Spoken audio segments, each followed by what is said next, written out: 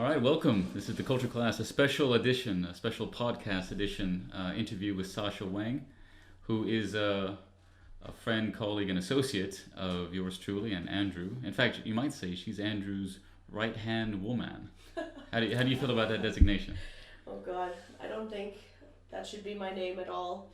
Andrew's his own man. He doesn't need me around. It doesn't. Now, you're a bit more active with the Istanbul social scene and nightlife and these things than either myself or Andrew. Yeah. Tell us what do you do in Istanbul? What do you enjoy? What do you do with your time? Well, when I'm not teaching, I'm a musician, so generally I'm around Taksim, either on Istiklal or in some of the bars, live music bars like Arsene Lupin or Araf, playing with bands you know, or going to some of the small clubs in Taksim also, Eski Beirut, Cooperative, that kind of thing. Eski Beirut's got a well-earned name and reputation in Istanbul. Definitely. What's your favorite place to either to go or to play? I guess it might be different. I think my favorite place to go to let loose and have a good time would probably be Eski Beirut, I guess. But to play music, actually, the live music bar Karakedi. I don't know if you've ever heard of that. I've heard the name. Yeah, I haven't been. I don't think. Yeah, it's pretty nice. They have different styles of bands that come pretty much every night, and yeah, whenever you're feeling like live music, you just head down there. Pretty fun time. What's the music scene like in Istanbul? What's the dominant genres? What do you know? I guess there's a lot. It's a big city, but. Well, actually, we are in Turkey, so a lot of Turkish music is played a lot here. You mean traditional Turkish music? Yeah, some traditional Turkish music, and some of the Turkish artists now are taking a lot of the more popular Turkish music now and turning it more into I don't know, like there's an R&B group here that turn a lot of Turkish music into R&B, rock and metal and stuff like that. Well, rock and metal are super popular among the male university set. Definitely. And but nowadays I think from what I've experienced, it's there's a lot more of a Latin vibe going on for some reason. Yeah. I noticed a lot of salsa bars, and that salsa learning to salsa was getting real popular a couple of years ago. People told me that was new. But is that more widespread? I mean, in the sense that, because salsa is kind of a full-on engaged experience. It's not just the music. If you're not dancing, the music itself may not be so worthwhile to listen to. But the music itself, Latin-inspired music, is widespread even without the dancing. Oh yeah, definitely. I think, especially within the group of musicians that I know, lots of them are from Spain, or they're from Mexico, Ecuador, these kinds of things, and they sort of just bring it into Turkey, and the Turkish people seem to love it.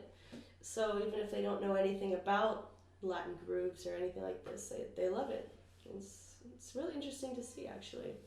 Now, is there in these places, is there a lot of dancing? Well, every Thursday we play at a bar called Arsene Lupin, and it's sort of like it's a terrace bar, and there's a little dancing area, and it does get very, very lively, because we have the first set is Latin grooves, and then we have sort of like a funk group that plays also, and then we have us, which are more fusion jazz and just taking it easy, so it's a good mix of everything, really. And when did you start performing? When did you start playing? What's your background? You mean in general or in Istanbul? Well, start with one and lead to the other. Let's see. I started playing music when I was, I must have been in the 7th grade, I think, when I first picked up the recorder. The recorder. The recorder. Okay. I think the recorder is just one of those instruments that everybody learns to play in elementary school. In the U.S. it definitely is. Yeah, right? Yeah.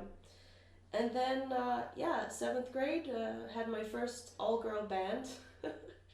We were called Disconnected. How long did that last? Actually, we made it all the way through until the 9th grade, and then we broke up. That's a fair run. Yeah, it was pretty cool. And then I was in a band called Lucid Dream, and we were a metal band, and I was drummer. And then that phased out, and then I did a lot of open mic nights and had a lot of jazz bands in China. Did you start off, Mm-hmm. more vocal oriented, or because you were doing the drums in one band, Mm-hmm. so I assume you also were not doing vocals in that same band. Actually, I was. Oh, right. I always wondered Yeah. if it was possible with like a really good, Uh-huh. the mic that only picked up, the sound immediately in Mm-hmm. front of it. If you could be a singer drummer. Yeah, it's possible. It's definitely possible. But recording, it's not. You have to do it Yeah. separately, of course. But it was actually a lot of fun, but it's very tiring. I was gonna, because Yeah. it's the physicality of being a drummer Yeah, yeah, has yeah. got to really play havoc with breathing. Definitely, and also playing in a metal band. I mean, Yeah, that's you can true. imagine. That's It true. was just ridiculous.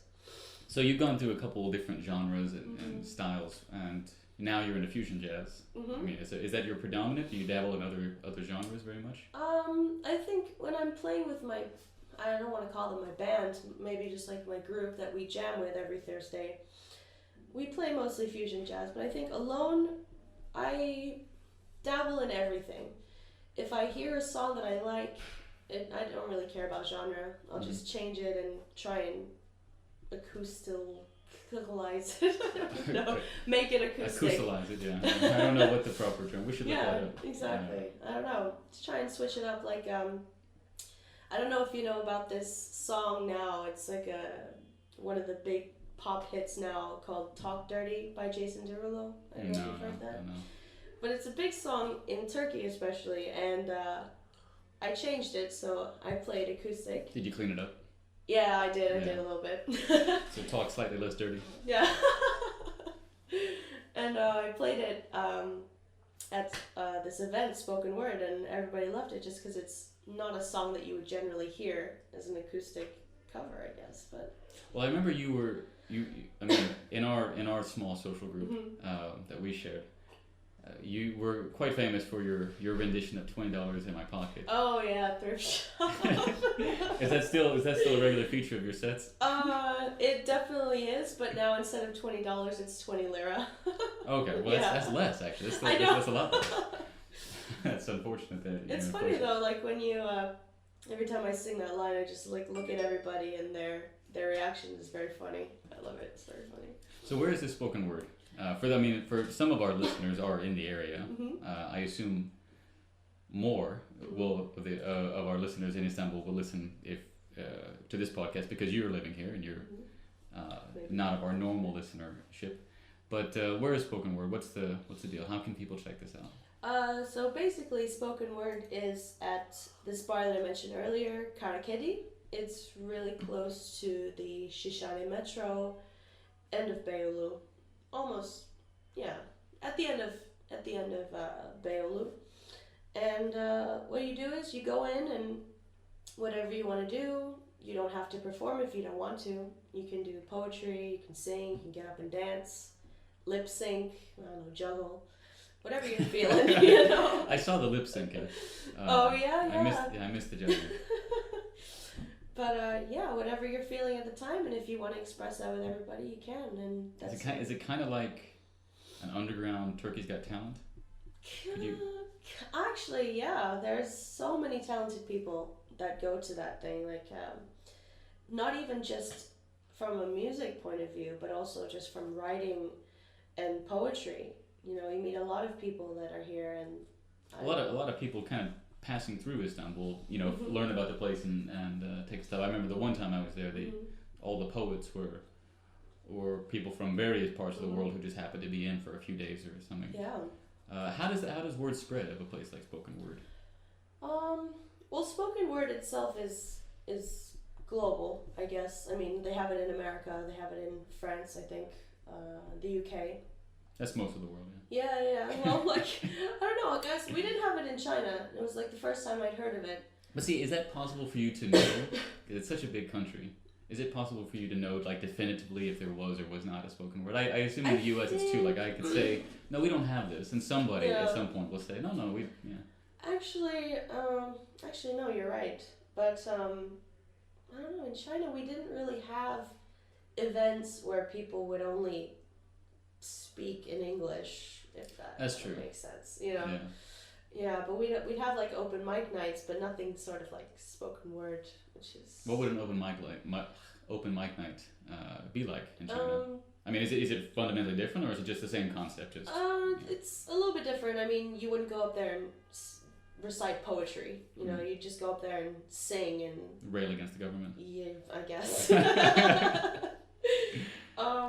But yeah, people just sign up and they just sing whatever they want. If they can't play, you know, generally I or someone else would play for them. And yeah, that was it. But spoken word, I mean, you can literally do anything you want, as long as it doesn't cross the 3 red lines that we have, which well, is... now I'm my interest is piqued. What are the 3 red lines? The 3 red lines are, if anything is racist, homophobic, or... Oh, I forgot the other one. Is it the line that's like just never been crossed? Yeah, it's just like if you cross these lines, you can't do whatever it is that you're gonna do, you know. Well, I wonder, because there's a theme. All right, so nothing homophobic, nothing racist. Nothing sexist either. Well, Yeah. that's really a subjective line. That last one. Yeah, I don't know. That's what she says. Those are the 3 lines that we cannot cross. So there's like no classic hip hop or rap. I mean, because that would usually cross all 3. Actually, I've been to almost every single spoken word, and I don't think anybody has rapped. It's thus not that far. scene. Yeah, it's not that scene. It really, I would say, Yeah. the one time I saw, it's not their scene. Yeah. I don't think the hip hop rap scene in Turkey is really undeveloped. Yeah, I would say agree. it's not. People don't really care for it. Yeah, I agree. I don't know. It's because I don't know if there's any kind of Turkish rap. There is or actually, anything. because we got preempted on our first night on Radio Boğaziçi, which is where we're normally broadcasting from. This is again, it's a special series of broadcasts. We got preempted by an interview with what they told us, who was purported to be a very popular Turkish rapper. Wow. I didn't know his name. I only know one Turkish rapper's name, which is Ceza, because all the 10-year-olds in my school in Konya knew of him. So I'm assuming the quality of his rap is the kind that appeals to 10-year-olds. Yeah. But this guy apparently was popular, and a couple people said they knew of his name. You know, he's not very popular, but Right. you know, if you know anything about Turkish rap, you know of him. Mhm. So there are some people, but yeah, I mean, a lot of times, people I've talked to about it, people who do like rap, their definition of rap is 50 Cent and Tupac. Mhm. And while I agree those are obviously very representative of their respective eras and genres, it is a bit limited. It is. I don't know. But actually, you used to play metal, and this is another genre that I think in Turkey has a strange development, because everyone I know who likes metal or used to like metal, and literally every man that I know who went to university, he was hardcore into metal in his university days. Yeah. But they only seem to know Metallica. That's like the one band everybody knows. There's no other metal band. I mean, I guess there's a couple, and they might know a few others, but everything is Metallica. Everything is Metallica, and that's I don't know. That's all they seem to know. But I mean, I think it really depends on who it is that you're talking to, and who it is that you're talking to, because you know there's a lot of metal bands in Taksim. I assume there are people who actually are playing their own music, but it just seems like as like the fans, it does seem that they like their Turkish metal bands, which are harder for me to judge or know anything about. But if it's definitive metal, it is just 100% Metallica. And I thought it was funny because it was similar to the rap and hip hop. Everyone liked Tupac. Yeah. And I said, well, if you're gonna like one person, if you're gonna like one metal band, Metallica is certainly a justifiable. Yeah. But it's strange that it's like it's all 25, 30 years ago. Yeah. And that's funny too, because in a lot of these cafes that we have around Taksim and Beşiktaş, you have like one guy that goes up and sings all these Turkish songs with an acoustic guitar, and you know, you go up to him and with my limited Turkish, I say, do you know any, Western songs? And, oh yeah, of course, no problem. Of course, he busts out the Nothing Else Matters by Metallica. It's really strange. Yeah, every guitarist in Turkey. Yeah. This is all the first, and I guess in America people tell me it's comparable. I mean, these are really popular songs to learn. But I'm a big Tool fan, and it's just completely unknown here. Yeah, No one knows completely, Tool. yeah. Which is a shame. I thought I would make it more of a point to play a bit of Tool Yeah. on Radio Bawazati. You should. Build up the following. Yeah, you should. But it's hard to sometimes set aside 9 minutes for the better, That the is more true. the intense songs. That is true. But actually, there was one metal band that I did see at a bar called Duroc. They actually did play a Tool song. It was Sober. Really? They played Sober. That's a hardcore song to And play it too. was a pretty. And I was sort of taken aback. I was sort of just like, wow, are they really playing Tool right now? That's It's awesome. just- That's a place for me. exactly. It's a pretty great place. I mean, if you're into metal sometimes or all the time, it's a good place to just relax and listen to some good metal. But now you have to dress appropriately for the metal bars. 'Cause I have been told more than once that if you're not wearing all black, you will not be granted admission. Well, I mean, you will, but you will be stared down for Yeah. sure, definitely. Yeah. Is that true with some of the other genre themed Mhm. clubs and bars and these things? There's Mhm. you know that what you're wearing may limit your options for that evening. Actually, I think that definitely applies to the small place that we went to, Cooperatif, because now it's filled with all these kind of like, I don't know how you describe them, like hippies, but they're kind of like, they're into like the folk music, with the accordion and Oh, the yeah. trumpets and stuff, and they sort of dress a little weird, and I went in there the other day and everybody was really weird looking. I kind of went in there and I was like the normal person. I kind of felt left out a little bit. Now, how would you describe the weird looking? Let's see. I mean, because for those that are listening, they can't see what I look like or you look like, so we're That's just true. having to make assumptions. That's true. Let's see. One guy was wearing polka dot overalls that were up to about his kneecaps with knee-high socks and some weird shoes. Are they like Lederhosen? Yeah, kind of Okay. like that. Maybe he And was German. It's just could traditional. have been. And then one of these girls was wearing kind of like she's Japanese, but she was wearing a sari. Okay. I don't know, like Well, I always thought, a kimono and a sari, there's some similarity there. It's conceptually the same. Yeah, attire. kind of like the same idea, I guess, but it's just, kind of weird things like that. Like you see there was a girl wearing a top hat. I don't know why or what she was feeling that day, but... Well, I think a top hat is always appropriate. Oh, that's true. I bought my sister one. Oh, really? And to be honest, I don't think she's ever worn it. I've never seen her wear it. But when I bought it, I said... And I got like $80 off the internet. I properly went out and got her a proper top hat. And I said, my sister is the kind of person who's got the guts to make this work. Yeah. And I'm a little disappointed that I've not seen the results of it. Damn. But so this place, you didn't feel like you quite fit in. Yeah. Do you have, when you're an expat and you're traveling a bit, I think, for me at least, clothes, my selection of clothing is something that just inherently suffers. Oh, yeah. Now you're a woman, so I assume it might mean a little bit more to you having a proper selection of clothes than it does for me, because I wear the same jeans for long periods of time, and if 5 t-shirts is enough for me. Yeah. See, I'm not like the typical women, really. I sort of just, whatever is comfortable, I wear. And unless we're going somewhere fancy, I mean, I have attire for that, but generally I'm pretty whatever about what I'm wearing. But in this particular case, everybody was just super weirdly dressed, and I just kind of felt left out. You think it was like a theme party? Yeah, it was. Maybe kind of, you just didn't get the. Could have been. Maybe I just didn't get the memo. Have you been out for Halloween in Istanbul?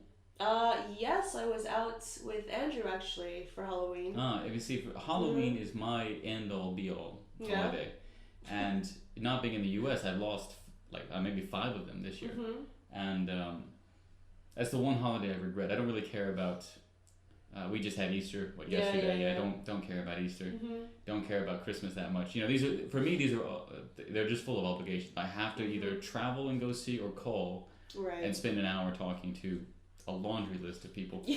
And while I enjoy that, it's not a fun thing. It's not something I really look forward to. But Halloween I do, and I miss it because I don't get involved with it here. But What was it like? What was Halloween like in Istanbul? Halloween, what was it like? Let me think back. Andrew and I. Oh, were you dressed up? Was Andrew Yeah, dressed up? of What was course Andrew we dressed were. up as? We were both vampires.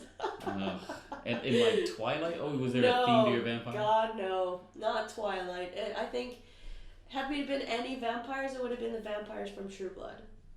Have you Okay. seen True Blood? I know of the show. I haven't. Oh, Actually, I just brilliant. watched a vampire film last night. Oh yeah. Only Lovers Left Alive by Jim Jarmusch. I think that's how you pronounce his last name. The director, he did Dead Man with Johnny Depp. You know, back in the day. This is his newest. It's got Tilda Swinton and Tom Hiddleston. Oh, you know, wow. Loki from. Yeah. Really good. I mean, it's I've only seen, this will be the third of his films I've seen. Okay. And they were saying, critics were saying that it was maybe the most accessible, because I saw Broken Flowers with Bill Murray, and a lot of people didn't like that one. And I actually, I go in to a Bill Murray movie saying, whatever I see, I'm just going to be pleased with it. So maybe I wasn't a really good objective critic of it. But last night, it was a good one. So, and I watched it with my fiance, who she cannot watch a film. I mean, she cannot sustain attention. Oh, right. She wants to watch movies, but she's always on her phone. She's always looking at other things, and she's frequently asking me about plot points that have just been, literally the previous scene was what set this up. And so part of that is frustrating. And I say, you know what? Everyone's got their own different approach to how to watch films. But when I told her it was a vampire film, she had, the natural, I think, the post-Twilight resentment of all vampire anything. Of course. And so I said, no, trust me, it's a bit different. And so the moment she's like, it was after 15 minutes, she's like, John, it's really strange. They haven't shown their teeth. I'm like, well, it's not really necessary to show the teeth. You just kind of assume that they're there. They're there. And then a couple minutes later was a scene where they do drink blood for the first time. Oh, there you go. In like a wine glass, and they see their teeth. And she's like, oh, okay. She's like, oh, someone's gonna kill this guy. And I'm like, it's actually not a horror film. Really, it's just they just happen to be vampires. Just vampires. And I told her I have to show her Let the Right One In, which was this really, really excellent. It got really pretty famous because it came out right after Twilight, and it was a Finnish kind of vampire angst teen romance. Oh. Okay. But I mean, I say all these things, and it doesn't really adequately describe the creepiness of the film, and the real, like, it's a really good film. And they did an American remake, which and the name of it was the original was Let the Right One In. Let the Right One In. Because they can't. It always is about crossing the threshold, uninvited. And there was an American remake done like 1 year after, because this Finnish film was really underground. I mean, by the American standards, it was internationally quite well known. Right. And so they saw an opportunity to make it, an American style one. And apparently, the American one was really, really good too. And some people consider it, they have their preferences one for the other. Yeah. And I've never gotten over the initial hesitation I have of watching a really quality film, Americanized. But I eventually I may do it for. Yeah, you should. Just to be able to compare, because they made some changes that people said, the changes are enough that they're justifiable. So I don't know if our listeners have much of a preference or much thought on vampire films. And did you ever see? I didn't see any Twilight.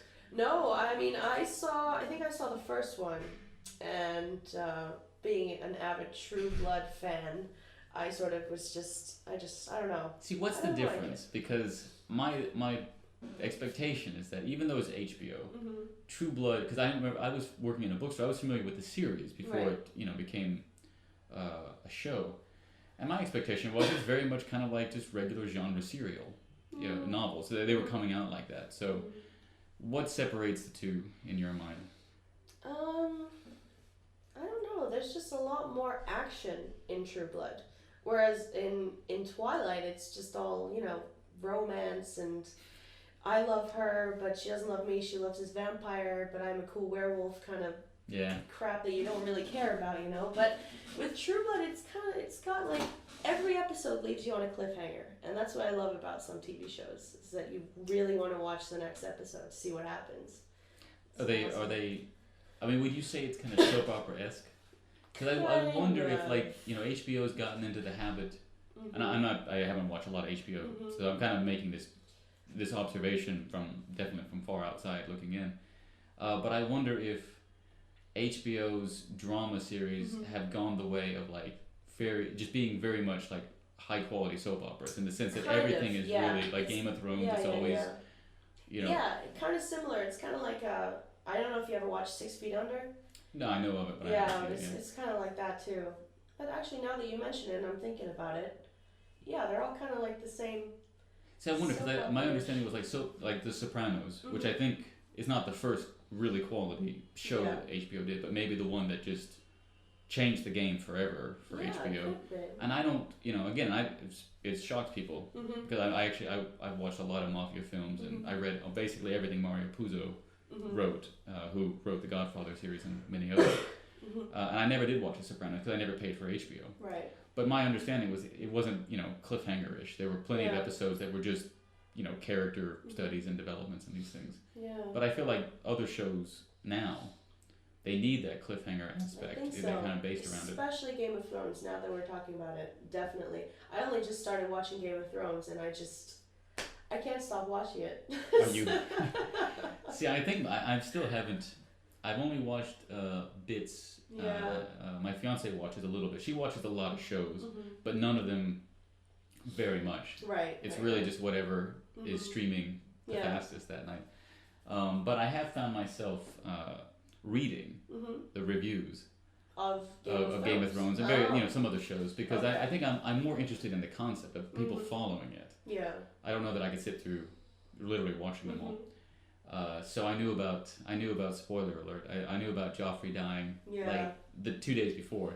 So when Melik was watching it, I'm like, oh wow, this is the episode. I can see because there's a wedding, so he's gonna die in like 5 seconds, and this is how. No. And so I didn't say anything to her because she at least has watched it enough that she hates that character. Okay. I guess like everybody. Yeah. So she was really relieved and really satisfied when he dies. But I found myself interested in the character of Tyrion. So I said, does he die? Is he dying in the next few episodes? Because every character's supposed to. Yeah. But then I did check, and I'm no spoiler alert, but I've got my answer. Yeah. But it's a pretty good show. I mean, it took me a while to get into it, but after I did, I don't know. Do I regret it? I don't know.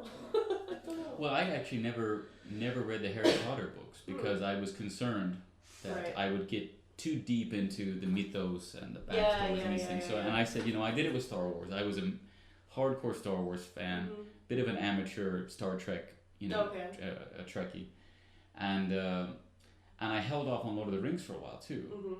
And then I just absolutely succumbed to that temptation. And so after Lord of the Rings, I said, I really, maybe when I'm 30 or 40, I'll come back to Harry Potter. It'll become, will have stood the test of time and it'll be well respected as this major contribution to literature in the, early 21st century. I never read them either, but I did watch most of the movies, but the books, no, I think I read the first one, that was it, yeah. And it's so different.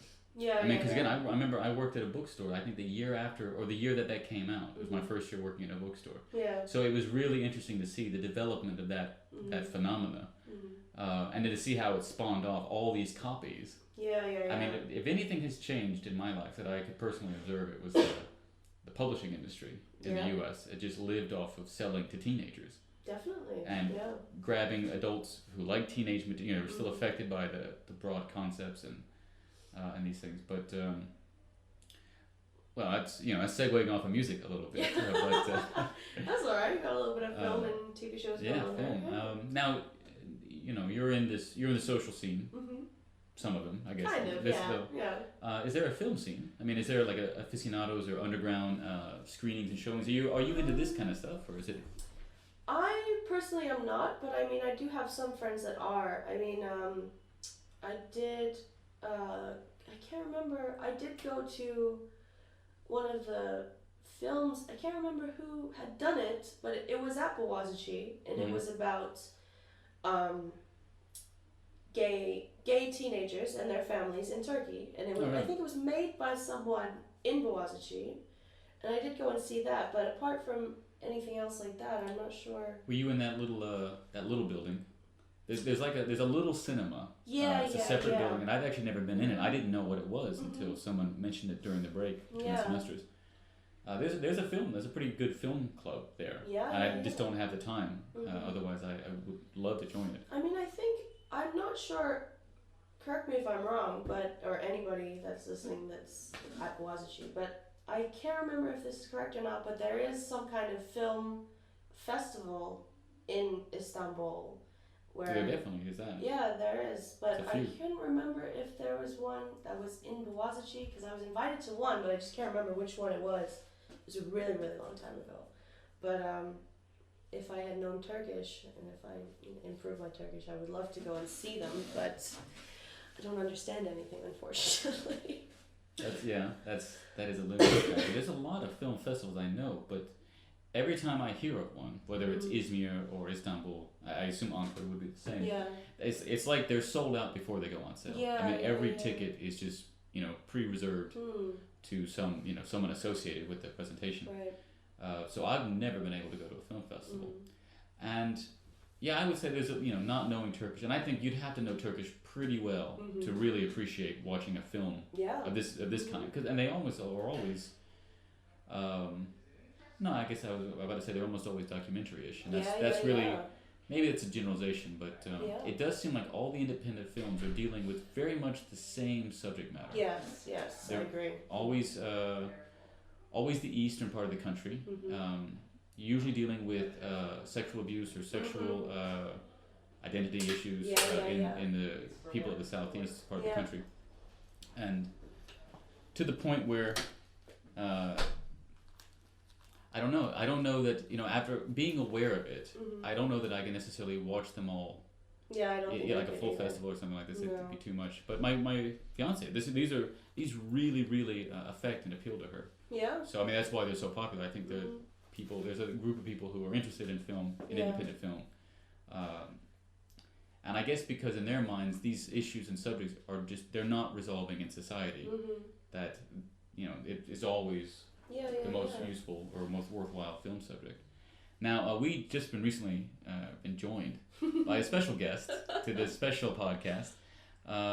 We'd like to welcome Andrew. Hey, how's it going? Andrew, he's got a few minutes. He's a busy man. Yeah. Just dropping by the new studio. So what is this about, like independent films and? It's independent films in Turkey. We're talking about the film scene, film festival scene here in Turkey. You got any thoughts? It is so lame. I am going to raise a cigarette to my mouth. I'm gonna wait for 5 minutes. I'm gonna pretend to draw on that cigarette. No, I'm gonna change my mind and pull it back. That is it. Independent films. In Turkey? Or generally For the most speaking? part, 'Cause I remember generally speaking. You were slagging off French films last God. time we talked. Oh God. French? What's I wrong watched with a couple French independent films with my roommate. They have a very bizarre concept of what is mildly entertaining and what is good film TV. Well, I like French, I good would have film. just assumed that a woman goes topless and that's about it. That's the Well, movie. no, you got the typical topless Oh, bits, okay. but there's no like storyline around why is she topless? Was it like too hot in the apartment and the air conditioner is broken? Well, I mean, is there a mime, a pantomime? I didn't see any. Well, see, obviously that's not you're not watching a quality French film, but true art and culture. What was that really weird movie I watched? Land of Lost Children or something City like of that? Lost Ah, Children. City of Lost Are Children. you gonna? What do you think of that film? I was watching it, but I really didn't get it. Oh my I haven't God, seen it in a that's an really, excellent, really long excellent time. film. I What do you mean- think of Amélie? There's Amelie, come on. I You couldn't have- sit through Amelie. What? You just don't like cinema. No, I like cinema. I just don't think you I just appreciate couldn't real sit through like, Amelie. cinema. I mean, well, okay, it had a very distinctive style. Was it just bothering? Did you? No, I mean, I was watching it, and I'm watching it by myself, and I'm like, okay, this is kind of boring. Let's go with something more action. It depends who I'm with. For example, if I was with other people who appreciated that, I might give it a little more interest. But if it's just me, myself, I'm like, ooh, shiny distraction. Okay, let's go over here now.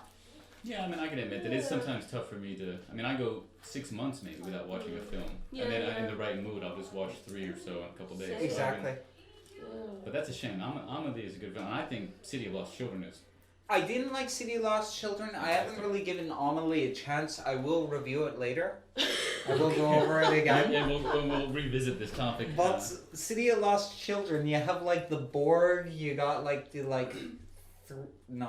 five screaming weird elf things that are like mentality of children. Oh, you mean the clones? Yeah, the clones. Yeah. Elf things. I don't know, they're like non-talking childlike. No, they speak. What are you talking about? The non-talking? Do they speak in that movie? Well, if you're talking about the clones, I mean The the clones. guys that are clones. No, that's the cyborg ones, right? No. No. Okay. Are you talking about the same film? Yes. We are, because the cyborg ones he's talking about, they blind themselves. Yeah. Oh. You know, in order to see the light, they have to see the darkness. It's a sub point. It's a subplot of the film, and it becomes. There was a video game based on that movie, Okay. which is hard to imagine for anyone who's recently seen it, and it was based around those guys, that cult. Okay. Either way, as enjoyable as this conversation is, I must run. If you guys are available in about 45 minutes, we can diverge deeper into this topic. Diverge. Deeper. Divulge Diverge. deeper Divulge. into this Neither, topic. neither one is accurate. What is it then, Michael? Grammar not see me. Say it Can I again. expand on this topic? Okay. I will divulge more opinions on this Maybe topic. just dive deeper into the subject. Okay. But I will divulge more opinion on this topic. There you Dive- go. Why not? Yeah. Okay. Enjoy. See ya. So that's Andrew. He's got another project he's working on right now. Unfortunate for him and others, it's in English. But so I mean I think we've touched a couple bases. Oh my gosh. And it's always a breath of fresh air. I mean, there's a lot of smoke in Andrew? there. There's a lot of smoke in that air. Yeah, I was gonna say, like, what fresh air? Always a lot of smoke. You might, I don't know, our listeners may or may not have been able to guess, but Andrew's a pretty big smoker, and you smoke, Mhm. Sasha. How long have you been smoking? I've been, oh god, I think I started when I was 14, 15. So when I went to the U.S. recently with my fiance to introduce her to my family and stuff, one of the things that she noticed, which I didn't think about, but I had previously made my own observation of, she said no one in America smokes. No. It blew her mind It at a blew wedding. my mind too when Yeah, I went. we were at a wedding, and I remember realizing, I said, yeah, about 17, 13, so I know it's somewhere in the teens is the percentage of smokers. And they're kind of hardened now because it's such a hostile environment for them. Yeah. But we were at this wedding of 200 plus people, and I didn't see a single person smoking. Wow. And I said, that's a statistical anomaly in and of That's itself, just but weird. it was really strange for her. Yeah. And I came back, she mentioned this, and I said, yeah, for a lot of people who don't, from Americans coming to Turkey, Uh-huh. everywhere is smoke. I mean, in the Arab countries, it's the same. I mean, I used to smoke in Konya and Palestine just because you were rude if you were the only one not smoking in a group of 4 or 5 exactly, and these right. things. In China, is it like that? It's I mean, because exactly the the same. film, Yeah. some films I've seen from China that Yeah. had a lot of this. I mean, I think now it's not as harsh as it was before, but I mean, with the older generation, if they do offer you a cigarette, it would be very rude not to accept it. But Is it kind of like this assumption that everyone would smoke if they could? Is it when you say an older person offering you, they're assuming they're that you just smoke? assuming that you smoke because in their time everybody did, and it's Yeah. just one of those things. It's just a cigarette represents like luxury, I guess, Yeah, and yeah. so it's just their way of offering something nice for you, and it's just like if you.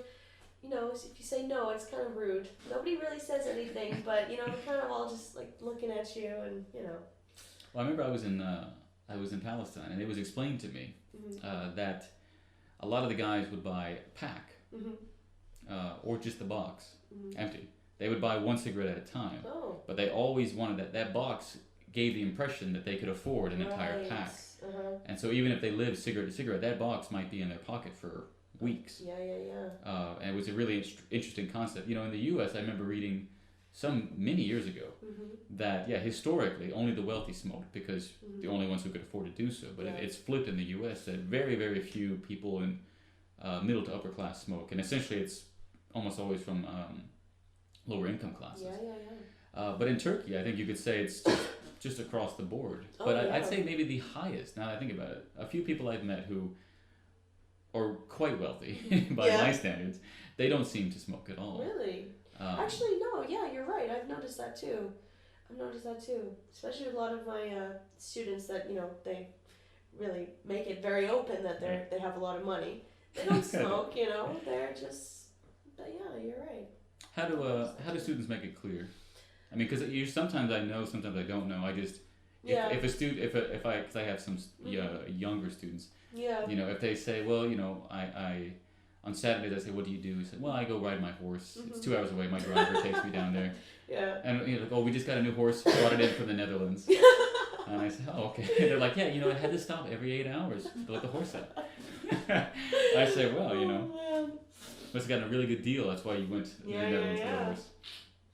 But I don't know, with my students, sort of like I don't know, I teach one of these guys. He works at Nike. He's actually one of friends with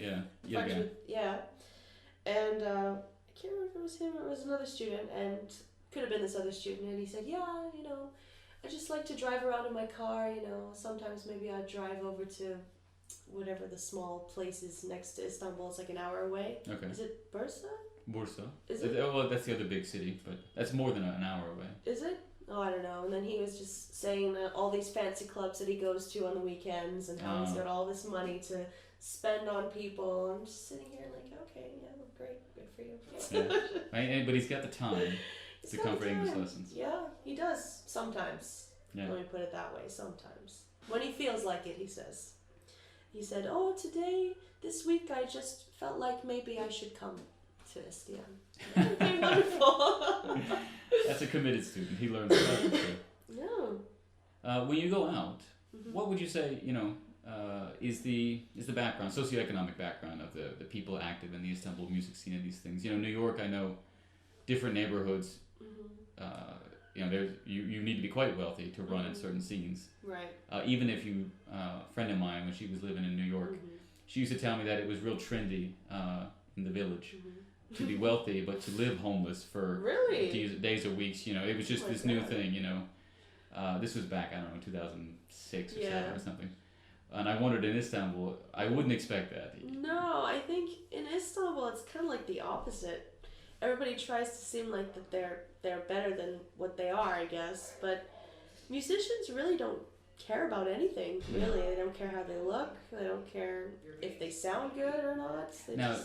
I noticed definitely for the metal scene, you know, bathing is optional. And, you know, you don't cut your hair if you're a true metalhead. And for sure. If you're a true metalhead, you will never cut your hair. Yeah. Yeah. But for the other genres, is it you know, similarly just kind of anything goes? Let me think.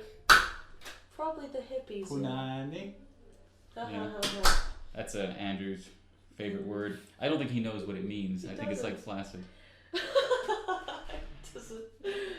Oh, Andrew is funny. Oh man. But what was I gonna say? Yeah, the guys that play metal, definitely. The guys that play reggae. Yeah, well, I mean, a little crazy. But you gotta have dreads to be. Yeah. I mean, there's certain requirements, I think. Yeah, I think especially in Turkey. Yeah, I mean, 'cause I think this again, and I'm not in it, but you know, I had this sense that genres and lifestyles have very well defined characteristics. Yeah. And you're not accepted or considered, you know, a member of this group if you don't adhere to these things. So sure. I mean, so it you know, it affects foreigners. You know, certain behaviors, activities, even thoughts are just not really appropriate. Yeah. It might be appropriate for someone who's from Turkey, but if you're a foreigner, you may be emulating, you may agree, but you shouldn't, because that's not what a foreigner does. Yeah. And like I said, I saw it with the metal groups, but I assumed, you know, similarly, it was very rigidly defined membership of these groups. Yeah, would you say it's kind of like that? Or? Actually, I would definitely have to agree. I mean, you see all these little groups forming everywhere, even in just like Taksim. You know, you got people with tattoos hang out with people with tattoos. People with piercings hang out with people with piercings. But never. What about people who have piercings and tattoos? I mean, they all hang out together too. Yeah. If they got both, they all hang out together. It's never, you know, it's super weird. Like there's a lot of teenagers now that skateboard around in Beşiktaş. Skateboarding's getting big. Yeah, it's getting super big. And you know, they all hang out together. They all in the supermarkets. I saw this on the Asian side. I saw people skateboarding in the supermarket, and nobody stopped them. Really? It was mind blowing. I would never have imagined that they got away with it. Were they skateboarding or rollerblading? Skateboarding. Skateboarding. Oh, I mean, I've seen, you see the kids with a I don't know, the roller in their shoes and Yeah, their heel, yeah. and that's the most annoying thing in the world in the U.S. You know, it made me feel like I'm an old man when I was like 26 and I wanted to push a kid over and say, "Don't do that." But I saw skateboarders, and I saw the manager come up, and was thinking, oh, they're gonna get it, and Nothing. not a word, Oh my not a God. word, just kind of obviously was doing something else. That's crazy. See, I think it'd be the same in China. Actually, they just don't really care about that kind of stuff. Yeah, it's true, and should be refreshing. I should be saying, oh, good, yeah, freedom. Yeah. Let the kids do what they want. But then I think, but they may not be good skateboarders, and they're gonna run into people, and they're gonna break stuff. Exactly. What if they hit a kid? You know. Yeah. I don't know. But so yeah, I don't like skateboarders. Because I never learned. Oh no. And there's always been something of a secret You should. hate. Well, I don't know. What was secret? What's the word? My English is failing now. Secret disappointment Disappointment that you didn't learn. that I didn't learn. Because my neighbor was a skateboarder. Yeah. He was very. It was in the '80s. Because I grew up a fair portion of the '80s, and what was the name? I don't even know the names of these cartoon characters that were so iconic from the '80s skateboard scene. Oh. See, I wouldn't know. And he had these wherever they were on a skateboard. He had a lot of these decals and stuff like this. He was like my idol. Oh yeah. My neighbor. He used to babysit us. So I never had a female babysitter. Oh wow. Always had like the teenage boy next door. Yeah. So I mean, he was very influential. And I remember I got on it once and fell and said, "This is really dangerous. This is hard." And I never tried it again. Really? I could have asked, Man. but as a kid, I don't think you don't ever ask people to teach you something as a kid. No, you don't. So I missed that opportunity. And then later, I tried surfing Oh yeah. and never could get up. I could catch a couple, but I couldn't. Only one day that we spent like 6 hours that I really stay up, and I wiped out really hard a few times. Ooh. I caught the board with my hands, and if I hadn't, it would have been my face. Oh jeez. So, I enjoyed it, but I also said, man, I've got to get better quick, otherwise I'm going to die doing this. So, and I never got a chance. I lived in Florida, but went to the beach once every 2-3 years. What? Yeah, I know. You're That's surrounded by crazy. it. The beach is usually closer than, I don't know, Mm, a better place. that's crazy. But I'd yeah, I be there never every did. day. I was afraid of surfing alone, Oh okay. because there was once I was out there, and I don't know, apparently I'm sure this is really common, because no one else was freaked out by it, but I was a little unnerved that there was apparently a significantly large tarpon. Tarpon's a kind of fish that was hanging out with me, and I had been told for like 15 or 20 minutes, it's not like a dangerous fish at all, but it's a big enough fish, and people from distance were seeing it. But when I was looking, I couldn't see it at all, and for like 15 minutes, 20 minutes, I was aware that it was around me, but I couldn't see it. Oh And my God. they always say whenever you see like a fish jump out of water, there's a reason. It doesn't do it for fun. Right.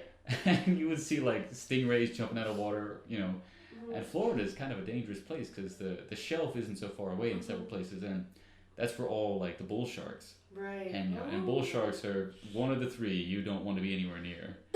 So Seriously. yeah, it was always a bit unnerving, but I managed to put it out of my mind if I was with a group, because I said at the very least, Yeah. I just have to look less appetizing than these other guys. Choose someone else. But I wanted to surf in the Mediterranean. I thought there'd be good surfing here. Yeah. But I don't Is know it where big? anybody people surf in Turkey, but But you never hear about it. Yeah, This is another real underground scene, Uh-huh. and I'd like to look it up one day, but it's not here in Istanbul. No, I don't think so, because I don't know. I haven't heard anything like that. I don't know. No, I don't know. I think the currents are strong, Yeah. but I guess that it doesn't. We got these two straits. We got the Bosphorus and we got the Gallipoli Straits, Yeah. and I guess it just means all the water's going in one direction. It's not hitting No. across the beaches or something. Yeah. See, I haven't been to any beaches yet here, so we'll see. This summer. Have you been around Turkey much? You've been here for how long now? I've been here a year, but I was in America for 3 months. But yeah, I haven't really been anywhere except when I first came to Turkey. I was in Mersin, Tarsus, I don't know. Mm-hmm. But Down in the south, for those not familiar with the geographic distribution. yeah, and then I came straight to Istanbul. Yeah. I really do need to travel around more though. I'm just always at work. I think that's what everybody says. When you get into Istanbul, it's like a black hole. You just can't get back out of it. Yeah. But well, I think of something else we got to talk about. We're freeforming this. Let's get some stories because a lot of this interview was mostly. It's like, listeners, you may not even hear. In fact, you may hear me talk about the interview and telling you. You may not actually hear the interview because we may cut it out just to get to the stories. It's kind of a warm up for the stories. You got any interesting stories? Now, you're a young, available woman.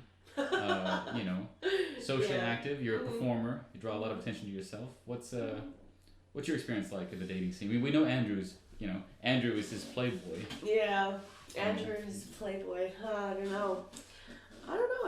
I've met a lot of very interesting people on these sites. I mean, right now I'm mostly active on Tinder and OkCupid. See, now what brought you to that? Like in Andrew's case, we could assume Andrew's case might be desperation. But what was your case? Because it's really common for expats to be on these sites, and I didn't know until maybe 6-7 months ago that so many people that I knew were active on these sites because I had not even heard of them before. What attracted you? Were you on them? Were you active before you came to Istanbul, or was this something you got into after Istanbul? Actually, I met my ex-boyfriend on a dating site in China. Wait, my ex-boyfriend. Okay, so you had already dated and broken up and then met him on the site, or? No. So what happened was I was in China and I had just gotten out of a 4-year long-distance relationship. Where was the guy? He was living in Australia and I was in China. Oh yeah, but I guess that's for an American that would seem longer distance, but you guys are in the same relative, latitudinal. And then after that finally ended, I was like, you know what, maybe I should get back into the scene, but I didn't really know how. So I just found this website. It's called plentyoffish.com. It's a great name for it, I know. And after a few months of being on it, I met this guy, and we started dating, and he in your moved area? to Turkey. Yeah, it was in Beijing. Mm-hmm. We were together for 1.5 years, and then he got a job offer in Turkey, and so that's why we're here. Well, I'm here anyway. I was here in Tarsus for that, but. So did you guys were dating in person? You guys were living in the same city, and then did it change? I mean, are you still he's your ex-boyfriend now? So was it just really different when you came to Turkey? I think what happened was he had moved to Turkey and I came to visit him and I said, okay, I like Turkey. Maybe I will come back, but just not to Mersin because it's really small. So I came to Istanbul and I did my teaching course and I don't know, I guess it was just distance. I didn't want to do it again. Yeah. And I know it's not far, and we're still friends. Whenever he comes to Istanbul, we see each other. But I just didn't want to do the whole distance thing, and I wanted to just focus more on myself. So just living life, YOLOing as they say. So you've been did it take you a while before you got active in the scene in Istanbul? I mean, because so your sites that you were active in, they just. Were they the same sites that were popular here in Turkey, or did you have to go to different sites? Well, I did try to use Plenty of Fish again in Turkey, but there's no one on there. Okay. And if they are, they're like 45-year-old, weirdos. No, that's not your That's not my demographic. scene, you want really. the 30-year-olds. But then, I actually don't remember how I started. I think it was Andrew that had started using OkCupid. Yeah. And I was sort of like, maybe I should try it out. And so I did. You saw all the success that Andrew was having. And you said, I want me some of that. I want a couple what he's having. Well, actually, no, I just noticed how, I don't know. I was just so intrigued by it that there were so many people on this app and not on Plenty of Fish. Mm-hmm. And so I tried it out and... Well, because I think it should have been like Çok Balık. Yeah. I mean, that's what the Turkish version. Lots of fish. Maybe. Probably there is a website. So, and you had success with it. I mean. Yeah. I mean, I've met some very cool people. Is it primarily for dating, or is it really just for No, meeting no. people? I mean, I wonder. on my profile, I clearly state that I'm not looking for anything romantic. Mhm. I'm just looking for some people to hang out with and maybe some musicians to jam with. But actually, one of my best friends now I met through that website, and yeah, we're really good friends. We just hang out, and but I have met some weirdos. Any good stories? Well, This is what the rest of it we were kind of tolerating until we got Yeah. to the. well, I don't educating. know if you had ever seen or heard of the show Catfish. I'm familiar with the concept because a very famous college athlete got Yeah? catfished. Oh, really? Yeah, and right before the national championship game, and so there's some conspiracy theorists Yeah, that he performed so badly in the national championship game because of this catfish. because of this catfishing situation. He had a Oh, girlfriend. okay. His story became one that his grandmother died Uh-huh. and his girlfriend died the next day. And so he became Yeah. really famous. He was already performing really well, but this, Mhm. catapulted him Mhm. into this story. And then it unraveled right around the time of the championship game Mm-mm. because it turned out that he'd actually never met his girlfriend in person. Right. She was online, and he wasn't being very forthcoming. Apparently, he'd been contacted Mhm. right before Oh, that she actually God. wasn't dead. That it actually was a guy. I think I'd heard about This this, is on the- Dr. the- Phil or something. Yeah, the what was his name? Monteo. Yeah, Yeah. something like that. Yeah. It sounds so familiar. I think I'd seen Yeah, it on and Dr. then he Phil. goes professional, and of course, Uh-huh. man, Of course. he's gonna get ripped alive in the locker rooms because yeah, of course. But it's happened apparently to at least one or two other celebrities, Mhm. and it usually doesn't get so publicized. Yeah, But it does happen. It happens a lot more than you think. It happened to me. like, well, yeah, I mean, yeah. it's it's always taken on faith. I remember before catfishing became a term, there was always this concern going back to. I mean, Yeah. I never was active in these sites, but you meet gamers when you're playing Mhm. online games, or you hang out in message boards. Back when there used to be chat rooms, Yeah, which is such a chat rooms. such an archaic concept. And for me, I assume, I guess incorrectly, that chat Mhm. rooms still exist because you say, well, how can there be an internet without a chat room? How do you? Yeah. What's the point? That's true. But then I realized I've not been to one in a decade. I Yeah. don't know of any. Yeah. AOL doesn't exist No. anymore. So There was still Yahoo Chat. is there still Yahoo Yeah. Chat? Yeah, is it still lively? Good quality scholarly debate. I don't know. It's a little creepy. It's where all that TV show How to Catch a Predator. It's all Oh, on yeah. Yahoo Chat. That's It's probably the only reason all- Yahoo Chat still operates, is because they need something for that TV show. Yeah. That's awesome. God, do kids? I don't know. It used to be that everybody went there, but I can't Mhm. imagine young people going to chat rooms anymore. No. Like, I'm just thinking, like, I started chatting in chat rooms when I was, 15, 16? And I'm just Yeah. thinking now, like, if I had a kid, there's no way Yeah, it's- I would yeah. allow that to happen. And what does that mean for the predators? Exactly. What do they have to do now? How are they affected by these things? I mean, it's always, there's always one group that loses out, Yeah. and you Yeah. feel bad. The But- predators. it's the circle of life. Yeah, Yeah. that is true.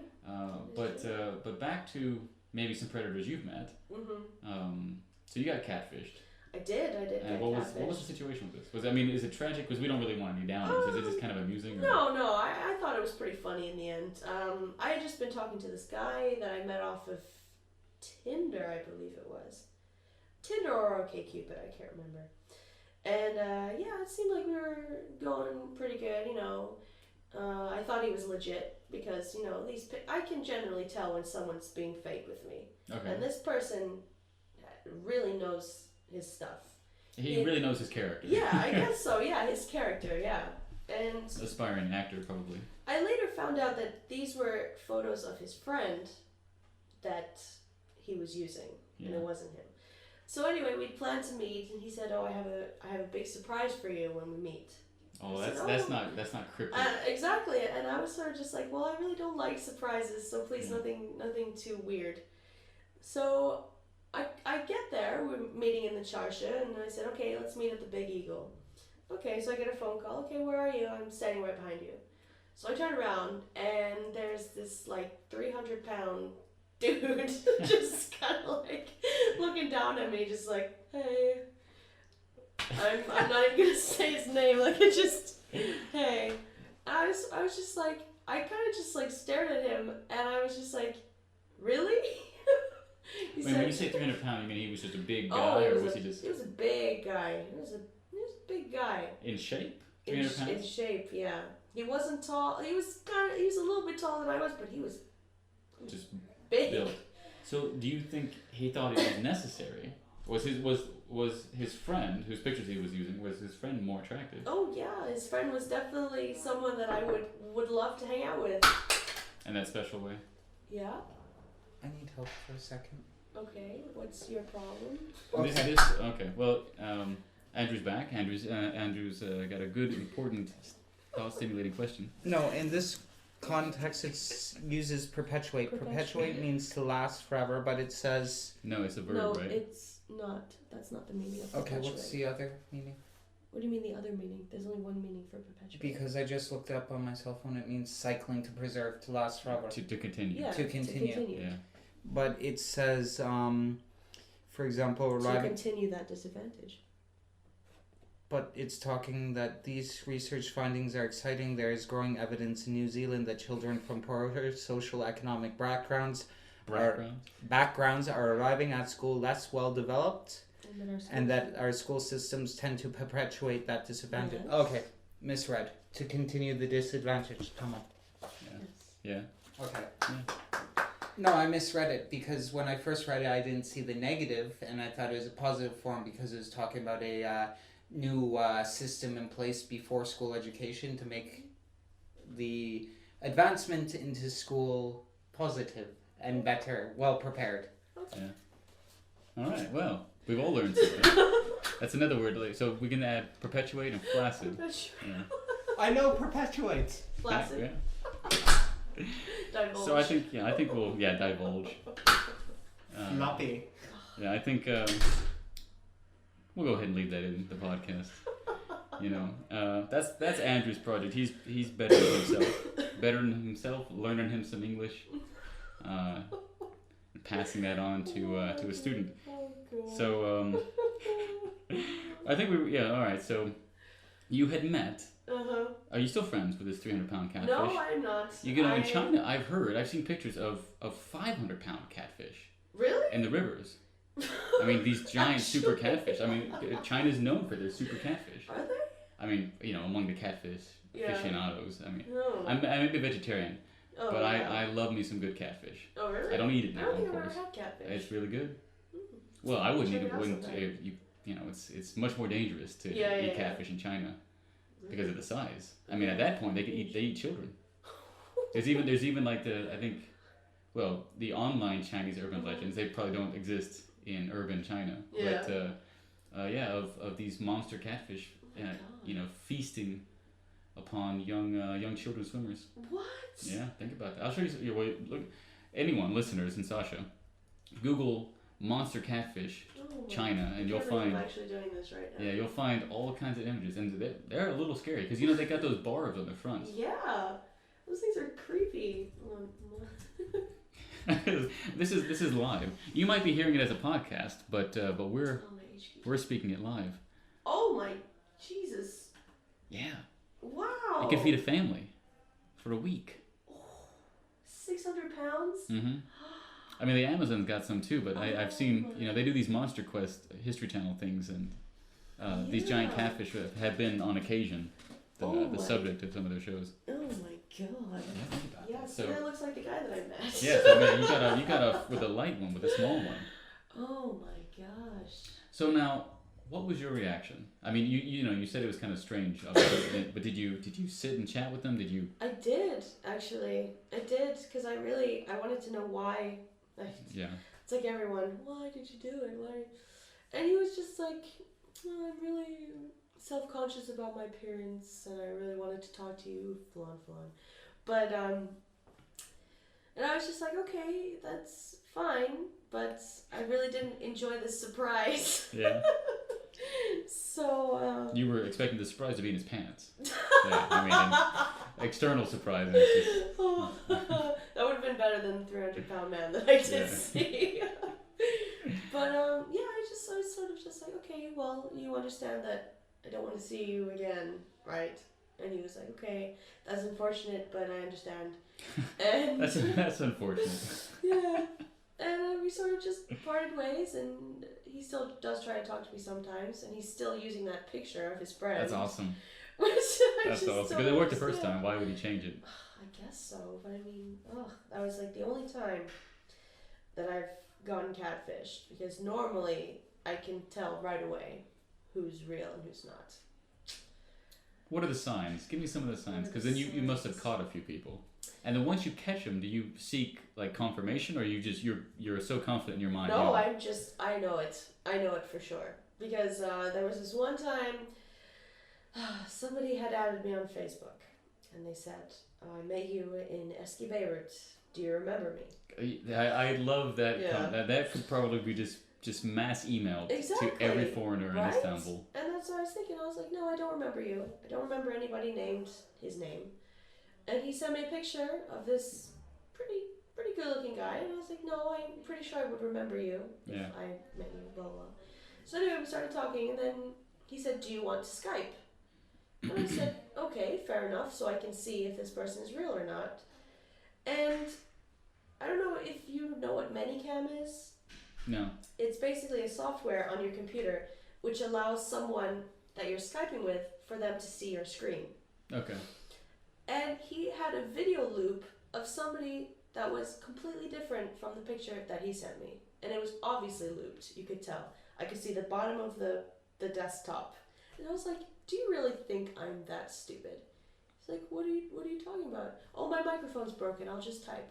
Of course. I remember there was a buddy of mine.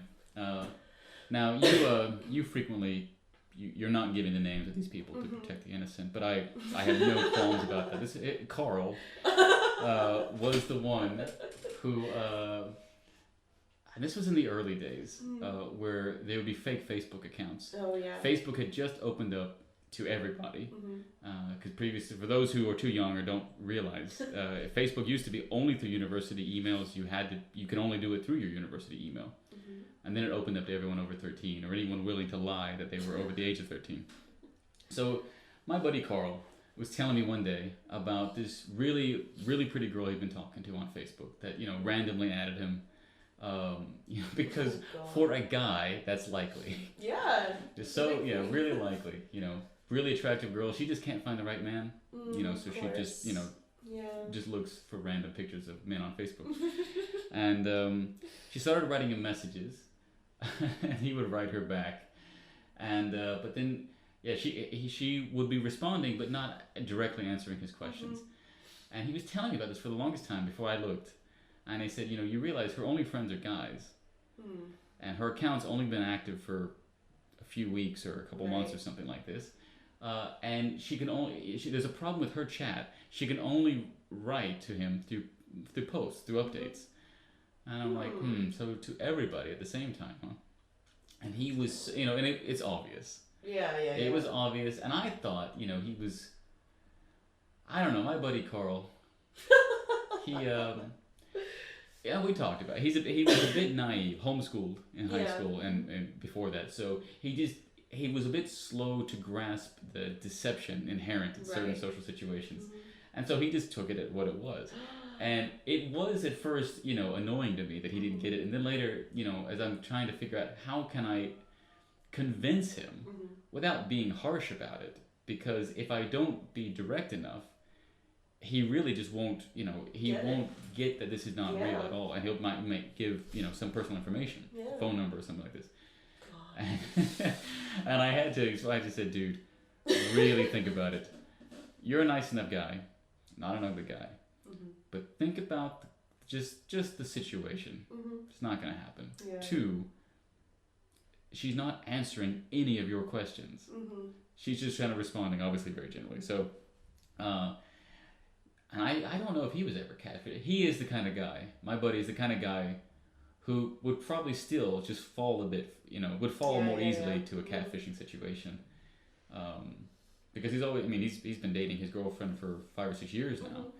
And, it's not that he would be looking for anything, but he'd be someone friendly, said something, he'd just respond very friendly back. So, I always worry Yeah. a bit about my That's body. the thing about technology these days is it's so easy to pretend to be someone else. Yeah. And that's But really what happened used to, scary. you know, imagine back in the day when you would write letters to people, Exactly. you know, and you know, the sense of time maybe has changed things. Andrew, before off air, Andrew was complaining about how, you know, how technology has destroyed social situations. And, you know, listeners, you might recall that frequently I have to remind Andrew to put his phone down, to stop Skyping Yes. on air Yes. because he can't stop. But he apparently loathes it, and he's just a Oh, victim, a knowing victim of this situation. Totally. But and he thinks that, of course, writing a letter to somebody is fundamentally different than texting somebody. You know, Oh yeah, I remember this discussion. and you know, I get the sense that there's some effort, there's some tactile sensation of writing, and the anticipation. If assumingly you told somebody over the phone Yeah. that they're getting a letter, because if they Yeah. don't know they're getting a letter, there's no anticipation for it. Exactly. But yeah, he thinks it's somehow different. But anyway, imagine catfishing in like the 18th century or something like this. You know, you could be the queen or a Exactly. prince. You could have And been a they prince, would believe it. the prince of Nigeria. That could have been more plausible in the 18th century. You get a letter in the mail saying, "I need you to wire, you know, some funding so that I can send you some more money." Yeah. I think people would have believed it a lot more back in the early days of the Yeah. global financial system. Mhm.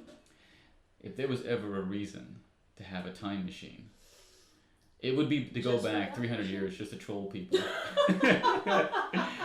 But what kind of information could you steal? I'm trying to think. You'd have to steal, like, You wouldn't be able to steal anything. I don't know, What would you steal? their wax seal. I need you to send me the you know your seal, the ring that you're wearing that you impress into the melted wax. Oh man. I need that to open up some documents, to Just open up about some it, accounts. Really. I mean, what else? Your horses, your food. Yeah, I don't know. Really? I mean, it used to be. My dad still thought this was the case when I came over to when I was looking to get a residency permit the first time. Uh-huh. He thought that it was still possible to come with a letter of credit from a bank in your home country, Yeah. introducing yourself to another bank, saying that we vouch for the credit line of this particular. What? He thought this was still possible, and me saying, you know, Dad, I cannot imagine that this is still the way things could be done. He's like, well, way. no, this is still very much how, you know, this just used to be how you had to do it in the old days. You would just come to a new place. Who would know you? You would bring a letter from a notable person or from your local financial institution, Really? you know, signed and with a seal, Really? and you could start a business. People would give you credit because, well, this person vouches Right. for you. Yeah, how often that must have been abused, absolutely taken advantage of. How many great God. stories were stolen? Oh man. It's pretty funny though. But it, you know, I don't know. I think that sometimes this stuff still happens. A buddy of mine. I don't. You haven't met my friend Levant. He does tourism. And I think a lot of what he does, he takes Turkish guys looking to go to foreign countries, and they're wanting a guy who knows English or Russian. Usually, they're looking for girls, and so Levant is just a guy who goes along with this. 'Cause Yeah. He could care less. He's just looking for, you know, someone to pay for the drinks, Yeah. and he tries to show them around. He gets a Yeah. little money for his time and trouble. Why not? And so he's always going to Ukraine, Mm-hmm. which is Oh, which is a gosh. hot spot for Turkish guys who can't afford to go to Russia for Yeah. girls. They go to Ukraine to get God. girls from, you know, Tartar and Russians. And this is one of the reasons that he always invited me. You know, he rents apartments in the Crimea, and always said if I ever wanted to come, because I helped him a lot with his English websites and stuff, that I can stay for free. And I never took him up on it because I've always been busy. But I said, you know, man, like you'd like to go to, you know, the beach. Mm-hmm. This is the only thing you do there is you drink and go to the beach. And she said, no. No. A good Turkish girl does not go to the Crimea, does not go to Ukraine, because that's Turkish men are going there for a particular reason, and it doesn't Yeah. involve Turkish women. So, so we never took him up on his offer. Now that everything has gone all, you Yeah. know, to hell, tits up. I Crazy. don't know what it's like up there. Mm-hmm. But so he was in Serbia and Montenegro recently with a couple guys, a couple wealthy swingers from Oh, Istanbul. jeez. Yeah. And one of them got his money, I guess openly. He scammed and stole $1 million from a Japanese guy, Japanese businessman, and so he's living it up spinning my everywhere. God. And I remember thinking, I'm like, how can you steal $1 million Yeah. for people? It doesn't, Get I mean, away everybody with it. knows that if you can do business in a foreign country, Oh my you God. just have to protect yourself. In this day and age? Come on. It's strange. It's strange. It's I remember I was in weird. Konya, and I was working at the school, and the owner of the school was not the owner, the principal, was only the principal because his kids were going there. Yeah. He was actually a construction owner, local construction magnate, and was a Mhm. businessman. So he was only really interested in the school for the purposes of just being in a position of power and Mhm. ensuring that his children got, special rights and control their educational experience. But he used to, want to do business because he knew my father, had a little bit of money, was at the time was interested in doing some business, and was talking. It's like, you trust me, right? I mean, because you have to have trust in business. I said, there's no trust in business. No way. He's like, well, you trust me. I said, man, you're a nice guy. We're friends. We're family. I definitely appreciate it. But in business, I don't trust anyone when it comes to Yeah. money. And I don't mean to insult you, but I will never gonna give you any thought otherwise. Yeah. But I Smart think, move on your part. well, I mean, I think here I have a lot of people that told me, and these are people who are definitely not working with foreign companies. They're not part of these new multinationals that are coming in and taking over, which is causing a lot of trouble because these multinationals keep failing because they don't understand how the business is conducted here. But then a lot of local companies really struggle because they can't effectively work with these multinationals, so they're losing access to all this international capital and stuff. But yeah, it's still very much the old system for a lot of businesses that it's on word. Wow. So people get screwed over. Definitely. You get mortgaged. Yeah. You get mortgaged to hell. Yeah. So yeah, I guess it's still done in Turkey, but in my thinking is, you're from Japan, you know better. Yeah. I was You gonna know say, better. like, If you get $1 wow. million to invest from Japan, you've been exploiting and taking advantage of local Asian countries for generations. You know how the game works. So Definitely Japan of all countries. Come on now. what? There's a. We went to a Chinese New Year party. Yeah. During Chinese New Year. Yeah, I forget the date. You probably know the Yeah. date. It was end of February. Yeah. Beginning March. Yeah, Malik and I got invited to go. She was a Chinese national who's dating an Armenian guy, so she's here now in Istanbul, a bit new, and had a nice party, and she got a bit tipsy. She thought she could drink more raka than the guys that were there. That didn't work so well. She definitely could drink pretty well. Yeah. So, but she didn't win that contest. Misconception about the Chinese. Okay. They can't drink. Is that a misconception? Yeah, because It's a very big it misconception. is because they assume that just because we get our Asian glow that we cannot handle our Alcohol. Also, people assume that the Chinese are very small, so they cannot handle more alcohol. Hey, my dad is almost 2 meters tall. That is the It's first not- time I've ever heard of a Chinese person being that tall. I Used to be a mean, volleyball Yao player. Ming, Yao Ming, yeah, I mean, but tallest the man thing in the world, is frequently a Chinese Mongolian guy. Yeah. Uh-huh. What I'm saying is, in North America, we don't really have a realistic opinion of different cultures Those are unless we just- travel to maybe they're just stereotypes. Yeah, Uneducated then. Because, come on. I mean, any. Did you have these stereotypes? Pardon? Did you have these stereotypes? I didn't know a lot about the East. For example, I knew the difference in between like Chinese, Japanese, that kind of thing. But as What's the difference? no, I mean the Watch countries, how the you answer language. that question. But what I meant as stereotypes about physical appearance, yes, maybe. That they all kind of look similar, except maybe Korean. Like, how do I put this? I put my foot in it again. Yeah, you did. Well, Yeah, I did. I'm really Well, no, I excited mean, about the results. Of Asia has this stereotype: all white people look the same to them. What? Yes, Is that well? I know. I've what you're heard talking that about. before. Yeah. Yeah. but And that's- then we have the saying that all Chinese people look the same to us. I mean, it's different facial identifiers. Okay, you're making this seem quasi-technical, Yes. and I don't think it should be. You're just putting salt in the wound now. Okay, so did you? So you had these stereotypes. I You had didn't the know. misconception that Asians were generally smaller. And so when you went to Thailand for your month, Yeah. you were Well, I properly actually. informed. when I went to Thailand, I went through Vietnam, Cambodia, Thailand, Singapore, Laos, Malaysia. And after traveling around these different countries, you can see definite physical features. Really, you can see definite physical so features they're physically human. separating the different Yeah, the countries. different physical features of each Asian. Exactly, There you each culture, race. There you go. Yeah. Okay. Well, So, are they smaller? In Thailand, I learned that anything over 5 feet tall is a man, even if dressed like a woman. okay. And how many? You're My Thai a friend guy. would love to slap you in the face, by the way. Well, Probably. Andrew, I think in an earlier, again, off-air discussion, we should have been recording most of our day, Yes.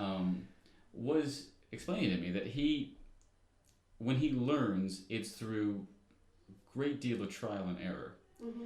So how many trials and errors did it take before you identified that anyone over 5 feet tall in Thailand is a man?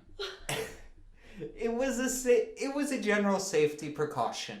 So you went in with so this was a prejudice you walked in with. No, I was there. I was looking around. It's like, oh my God, ladyboy, another ladyboy. But How did do you tell the know? difference? Oh, men are generally taller than Thai women. Thai women. Thai women. Thai women. Okay. So anything above a general height is generally a man. But what if you have a taller woman? Yeah. Like, Did you see no tall women? No, you get the occasional tall Oh, women, but the you anomaly. But you don't want to risk it. So were there no short men? And I would assume ladyboys would often be boys, so they'd often be younger and smaller.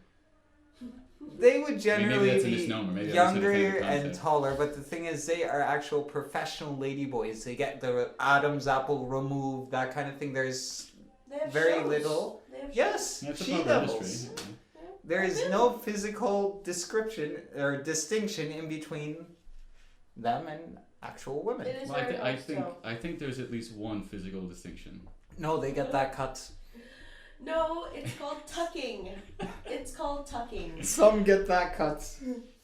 So, as a general rule of thumb, drinking in a bar in Thailand, if it's over like 5 feet tall, don't hit on it.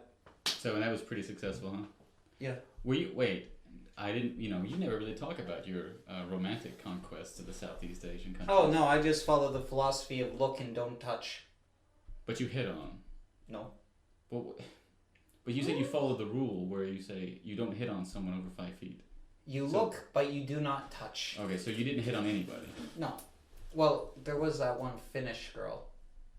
But technically, she In hit the on me whole first. month that you were in Thailand, you hit on one woman, From Finland. Yes. and you were drinking every night, Pretty much, yes. and you only hit on one woman. Yes. Did anybody hit on you? I mean, because you were younger and a bit more. And you're white. Yeah. I mean, you draw attention, I'm sure. Actually, the locals just ignored me. Well, no. There was one time me and my buddy were sitting on a bar and a girl jumped in my lap. You sure she was a girl? How tall was she? I don't know. I think it was a girl. That's what I'm sticking with. Either way, no. I just wasn't you didn't feel interested. anything. You didn't feel anything tucked. I just wasn't interested. But You don't like Thai women? I mean, you don't like Asian. Well, do you like Asian women? You have a Some prejudice against all Asian women can be very beautiful and attractive, but generally I do not like Asian women. Generally, I don't feel. I don't that's a find them satisfying response. physically attractive for me. No, there are some very beautiful ones, but they're Some, not I my mean, cup of tea. this I don't suffer from Asian fever. Yellow. Asian Yellow fever. fever. Yellow fever. No, well, let's go with Asian fever. Okay, That sounds better. Asian fever. All right. So A lot of my Turkish friends have Asian fever very big here. Yeah? Their dreams going to Korea, going to Thailand, going around. And you try to dissuade them. You're like, guys, stay under 5 feet. No. What is that in meters? I mean, 5 because I'm feet. assuming you'd have to like. Okay, meters. It's Have like it. 1.5. Yeah, 1.5, something like that. Yeah. No, because Wait, 5'7" is 170. I'm 5'7". I'm 5'7". I'm 170 centimeters. Oh, well, you're from China, so I don't have to ask. No, you. you're Yeah, but my father's you're, super tall. You're 5'8", something No, like I'm that, not. aren't you? No, I'm not. Then it must be. Stand up. No. Okay, look. Let's solve this right now. I am 5'7". Here You is know, my. This is probably not the most Look. entertaining of radio right now. Driver's license, 170. Yeah, and when was this? Ay, don't break it. This was in Is that a driver's license? Yeah. 2004. I was 2004. Jesus 170 Christ. centimeters. How old were you? You 5'7". were like 14? No, I was 19. No, 2004. Oh, 10 two- years ago. Yeah, dude. this No, was that was issued- 17. This was issued 10 years ago. So 17. you weren't even finished with what I assume now is your physical maturation? Yeah, that's what I was gonna say. Like, I've been the same height since grade 4. I was the first one to since the top. grade 4. I was You've not changed grade 7, since you were 6 or 7. So I was the first one to the top. Then I just kind of stayed there, and then it was stupid because we're sitting there in class, and a physical education person comes in and says generally when men start growing facial hair, they don't get taller. Everybody looked at me, and I was like, So wait, shit. you had facial hair in middle school? Yeah, grade 7. That does kind of make sense given how like full your Yeah, beard I mean it gets. is. Yeah, it is real deal Paul Bunyan. I've been. I mean only the beard, not the rest. But I've been shaving since like grade 6, 7. I've been the I same like how height you've held since on that. to that. Man, that is archaic. That is dedication, right? I mean, taking it in and out of your wallet is. I'm expecting it to crumble into dust. I mean, I need his some driver's kind of license. ID.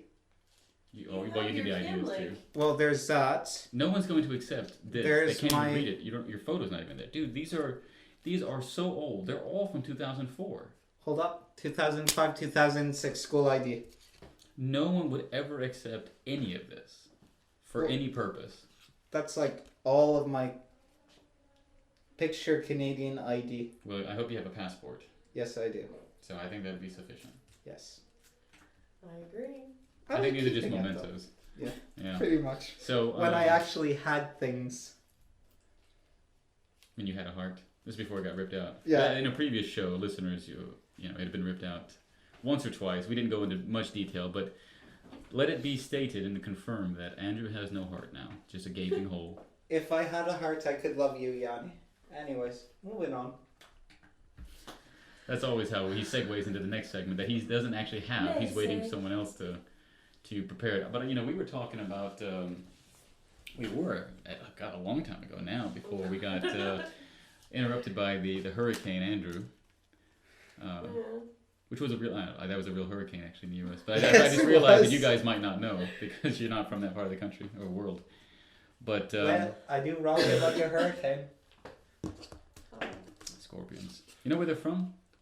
This is like a side. This is a side. Are they British? They're German. Can you imagine that? Really? I did not know I this. did not know that. Scorpions are German.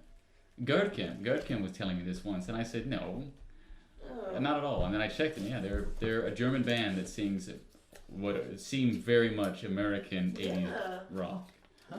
That's weird. I forgot about him. Him of all people. And how do they know about hurricanes? They don't know anything about hurricanes. Exactly. I mean, that is basically like UB40. Yeah. I mean, that is the German equivalent of UB40. No, I have lots, thank you. Okay. Do you need that one? No, not really. That's a No, condom. it's That's a not condom, there. by the way. About shit. Since August. Yeah, you're gonna wanna, put in a new one. Yeah.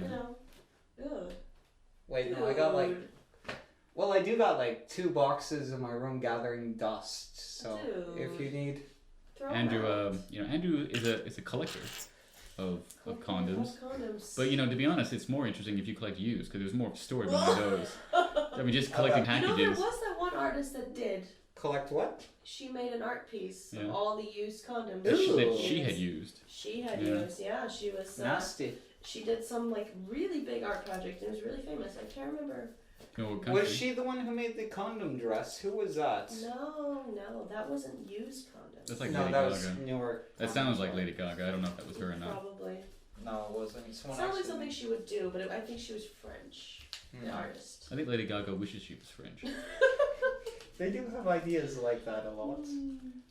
But so we were talking about some dating adventures, Oh yeah. and we had talked about her. She'd been Andrew, have you ever been catfished? What's a catfish?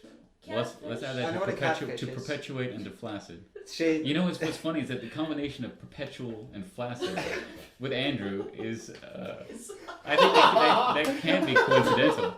I think that there's got to be some fate. It's fate. I'm perpetually flaccid, Yanni. Flaccid. And his hand was fluctuating. I mean, he was making an oscillation, which is See the You know. flow A of wave. water.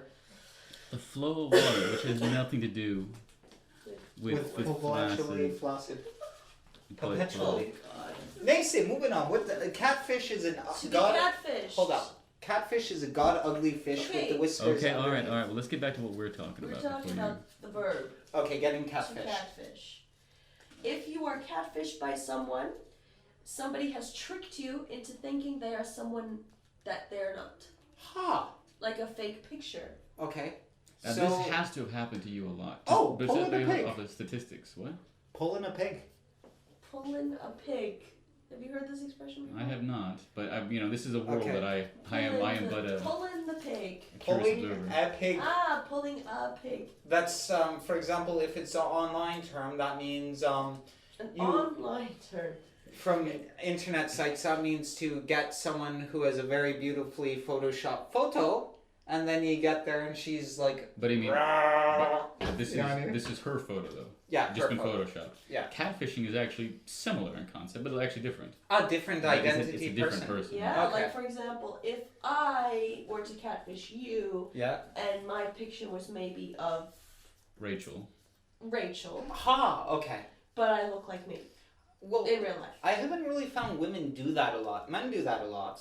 And I think a lot of because well, Well, I find Maybe with not in Turkey. I find with women they generally have a animated picture or some yeah, kind it's of not really a picture. Yeah. Yeah. non-identifiable. This is a person photo But when then they do that. I just say, what's the point in using a profile like that if Mhm. you're not going to show your face? Does that Well, make I think Yeah, you no, know I it's think true. very much it's just there's so much insecurity about Yeah. the cost of Yeah. putting yourself out there as being interested to meet anybody for anything. So Actually, this is it's why. very common in Turkey too. You've been catfished a lot. No, I got catfished once. Okay. No, but I'm just saying, like, not using your photo Ah, yes. on things like this is very Well, common in Turkey. Well, And then I you think get it's a really common. creepy snapshot, and you're like, ooh. But now in China, you have like a Facebook equivalent. You've got you Right. got sites like this. Is Yeah. this really common? Because the argument, the curiosity that I have, I know in Arab countries, this is very much the same too. There are a lot of Facebook sites for each person Yeah. that has multiple, Right. but they almost never have any identifying picture, and they don't like to be in photos Exactly. because of concern about. Oh, fake family profile. members. Yeah, no, there's. It's tons not of those. fake. It's Ah. theirs. No, they just don't wanna be promote. seen. Okay, yeah. They Yeah. don't like to be tagged in these things, Mhm. and it's so the question that I would have, whether it's just this is an aspect of collectivistic societies where family members would not accept or appreciate these types of things. I think it's like that culturally influenced, but also but I'm- Canada they have that as well.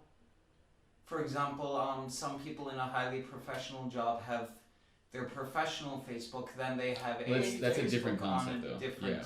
But that's a different Site. concept. So, I mean, we're talking about Okay. this is them, and they do use it, and they maybe don't have others that they're using for specific groups, Yeah. but they just don't like to have their real image out there. Mhm. But in China, is this common or not? Because China would fall into this general broad Mhm. category of collectivistic societies, Right, but right, I'm right. sure it's not every group. I think it Collectivists? definitely used to. I mean, when sites like Facebook and MySpace first started coming out, it was definitely big then that nobody would really use their own photo. Male or female or Yeah. both? Both. Both. Okay, so yeah, this is Both. different. But I think now, China, especially in places like Shanghai or Beijing, it's become so westernized Mhm. that People they become just comfortable with that. exactly they're very comfortable with it and they want to fit into the norm per se. It's of- because people's families are still living in wherever their family had Mhm. historically been living, and these are the younger people moving to the yeah, cities. yeah.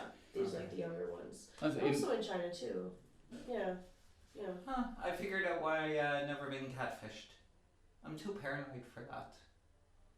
You are very For example, If I meet someone on a site, generally I get their Facebook, then I check the Facebook, and if it has less than 3 photos, I automatically don't talk to them because it generally means it's fake. So Yeah. so you use these social media sites as kind of like gateways into getting their Facebook page. Well, no, for example, I'm chatting with someone, and then the chat system's very limited. Nice. Well, So to move it along. To move it along, to get more interaction, you either go through WhatsApp, Facebook. I prefer Facebook than giving a complete stranger my number. Yeah, but why would you give a complete stranger all of your personal details? Yeah. Limited settings.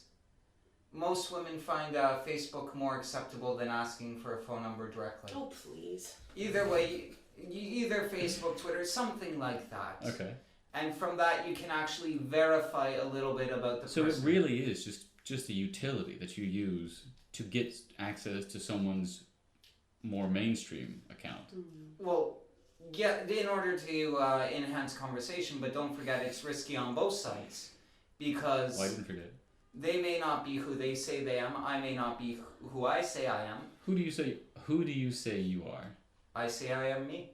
What No, do you but you do? also, you know... Because this I know, even in person, you frequently take certain liberties with The your usage of certain skills terms. and abilities. Yeah, and it was like the other time where you were talking to some woman on Tinder or OkCupid, and you said, "Give me some band names."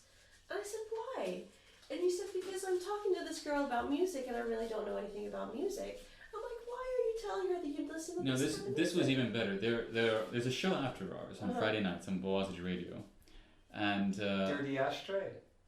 what It's called Dirty Ashtray. is that? What it's called? I actually Yeah. don't know what it's called. It translates to that. Okay, well, yeah, I haven't asked them very much, but and we met them one night. They're the first people who were in the club who kind of spoke to us on their own because there was a group of guys in there. They're all doing their own thing, and we just kind of Yeah. sat waiting for our show to start. And they really nice, very friendly. Two girls, younger girls, I think in their first year maybe or something like this, and so they're right in Andrew's wheelhouse. Young, old enough to be legal and interested, young enough not to really have any experience, and Was that one of your quotes? Or is that just Michael? I just That's summed my that up. If it had been Andrew, it would have been really self-aware. It was But- kind of dead on though. So he was talking to them. And, they were really interested to know. Just friendly, simple chat. Right. And Andrew, they had heard, I think, our previous week, a little bit of us, and had heard that we had been in Istanbul for a long time, and they knew one of us had been in here like 7 years, which is Andrew, of course. And so they said, "Oh, so you must be able to speak Turkish." And Andrew's like, "Yeah, absolutely, of course. I mean, of course." And I've heard him do this a few times, and sometimes I wait. But at this time, I said, "Andrew, that's bullshit." I don't know. I don't think I said bullshit. I said, "Andrew, really? Are you gonna lie to them right here? We just met them." Oh my god. And I don't think they really He paid called attention. me out. I don't think they really paid attention because it wasn't about telling them. It was more about telling Andrew. Right. But this is so common in person that you either introduce yourself as I'm a photographer. Yes, always. Or I do a lot of art and painting, and these are all it's not that Okay, it's a complete stop. lie. It's not a It's complete not a lie. lie. Well, it's not a complete lie. It's an exaggeration of already known talents. For example, No I do dabble talent. in everything I'd say I do. I just let them decide the extent of what No, I you don't say. let them decide. No, it's if they want to imagine something, that is up to Okay, them. all right. For example, I say I do photography, they can take it as professional or amateur or whatever they want.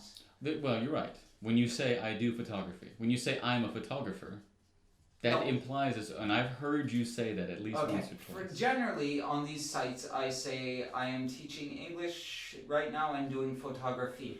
But you're not. Yes, I am occasionally. When I wake up and haul my ass out of bed early in the morning, I go for photography. Which was not this morning, actually. Listeners, Andrew was supposed to be at my house at 10 o'clock this morning for our first ever special podcast. But at 11:30, and I was dead tired. And I actually stayed awake until I got confirmation at 10 o'clock when he didn't respond to my text, are you coming? Are you on your way? I said, well, he's obviously not coming. He's obviously asleep. And it's so strange. I kept waking up thinking that he was at the metro, Yeah. and I had fallen asleep and not seen a message or something. He was late, but he was here. And thank God, I think by the third or fourth time that I woke up in this, this start that I screwed up, that I saw that no, he'd overslept. He's not coming. No, what At happened like was 11:30, something like this. So I don't know. So I got stressed last night. I kept on waking up, and around 5 I fell asleep again. Now, apparently, I heard my alarm. I got dressed, and from that point to the door, I fell asleep again because I woke up at 11:30. Now, did you wake up on the floor, or did you wake up in your bed? I woke up on the bed. Well, kind of on the bed, but I was fully clothed. Were you clothed last night? No, I mean dressed in the stuff that I picked out last night to wear today. Huh. And by picked out, I mean pick up, sniff. Oh, that's fresh. That'll go. Yeah. Okay. Clothes buying. So you've not been catfished? Huh? You've not been catfished? No. Okay. Well, not on a dating scene. Oh wait. Okay. So Okay, for example, when have you been catfished? I was working archaeology with. See, this is another great story. Okay. Okay. I'm not. Well, I'll ask you later to Okay. define that you were working archaeology. I was working archaeology one summer, and we were working with. I was accepted to help Cambridge University. They were working with Konya University. That's a pretty prestigious position. Did you manage to to work that network and experience? No. Basically, I asked if I could join a dig site. They said okay. I mean, so you were a digger. I was unskilled labor. I was a sifter, not a digger. A sifter. Sifter, yes. Well, I guess because if you're using a shovel, you've got to be really careful. So they. So anyways, we would get catfished all the time because people would come up and be like, oh, we have fossils to sell kind of things. And then do you have a job for me? No, that's I think you totally misunderstood. that's just fraud. Yeah, that's just fraud. fraud. I mean, But fraud is basically catfish, well, right? catfish is, let's say, it's a subcategory of fraud. Okay. But I wish you hadn't. We were archaeologists, so of course we got catfished all the time. I mean, a woman came up saying she was Cleopatra. Unfortunately not. It took a while. All the pictures were old and a little grainy. No. For example, fraud. We get that a lot. Okay, I thought catfish would still classify. It's a subcategory of someone representing themselves as a person. Ha! I got it. The catfish is an ugly, ugly fish, and you hook a catfish. That means to hook an ugly person. No, but that would be hooking you, and that they're the ones who don't look like the attractive Hooking person. me. But it would be your analogy would be then the catfish hooking the fisherman, Ah. which I don't think would be an accurate portrayal of the. Either way, an ugly person gets hooked, or does the hooking. But you're the one who's hooked. Okay. So. But you're still attached to this ugly fish. You're attached to the idea of what you think they are Okay. because of this photo. Yeah. So maybe your analogy would be you think you hook a marlin, Yeah. a marlin or some attractive fish, maybe like a freshwater bass, Yeah. the sexiest of the freshwater fish, and you pull it up and it's just a catfish, and you say, well, I wanted the bass. Well, the question is. I'm a bass man. Well, It's all have about you went that fat went bass. fishing before? Have you gone fishing? I have. If you got a catfish underwater, you can't really identify what it is because all you see is like a big dark shape of a fish. That's so if you're you're like, if you're woohoo! I got a bass. Then you pull it up and you got this ugly thing That's- looking at you right in the face, and you're like, no. your analogy is actually adds a layer of truth to this. I mean, Yeah. you did it wrong, but your analogy on its face. I mean, if you're fishing at night, yes, it's just a darkness under the water. No. I mean, you But- don't get a clear view of what you actually But got as until it you gets get it out closer of the water. as it gets closer to the surface, you start to get clues that it's not what you thought it was. Exactly. That's why you check other social media sites to verify the Yes, story. So let's stay with your analogy now, because I like to test your statements with your analogies. Okay. So this would be like asking the other fishermen, "Hey guys, have you hooked this same fish? Are we all reeling in the same fish? And if so, what do you think it is?" Exactly. Sometimes. Sometimes what? So have you ever been catfished? Now that you understand what it is, No, I have not. I'm too paranoid for that. Okay, all right. So you've never been catfished. Now, All right, so we covered Any- we covered no, catfishing. for Pretty in-depth. example, every time I suspect there's a slight chance of getting catfished, I back out. Catfished. You know, the beauty of cat fist sounds kind of like the worst way to fist. And for those listeners who don't know what fisting is, do you know what fisting is actually, Andrew? Oh my god. I don't want to answer this. I think I know, but if I say it wrong, I might just look like a crazy. You know what bro fisting is, right? Though. What's a bro? Yeah, that's a bro fist. Well, that's one method. Yeah. I mean, I guess there's another way. So yeah. I if you- smell a drop. I'm leaving. if you don't know, listeners, if you're not sure what that term means, and Andrew might know, but he's making a gesture with his hand, but actually that's a pretty common gesture that he makes. Yeah. Right under the Facebook group. What Right. a definition? Exactly. Oh, well, there you go. Exactly. Well, the first time. Yeah. Sasha's explaining, and I just had to clarify. Listeners, I wish we had a webcam you could see. No, that's exactly what I thought it was, but Michael has a habit of me, like, looking weird or strange or incorrect or... That's my habit. Yeah. Mike, That's- he sets things up to make me completely to distort people's views of me. No. Well, think of the question. What is this? I say the correct answer. Oh, you are nasty, or you pervert. Direct.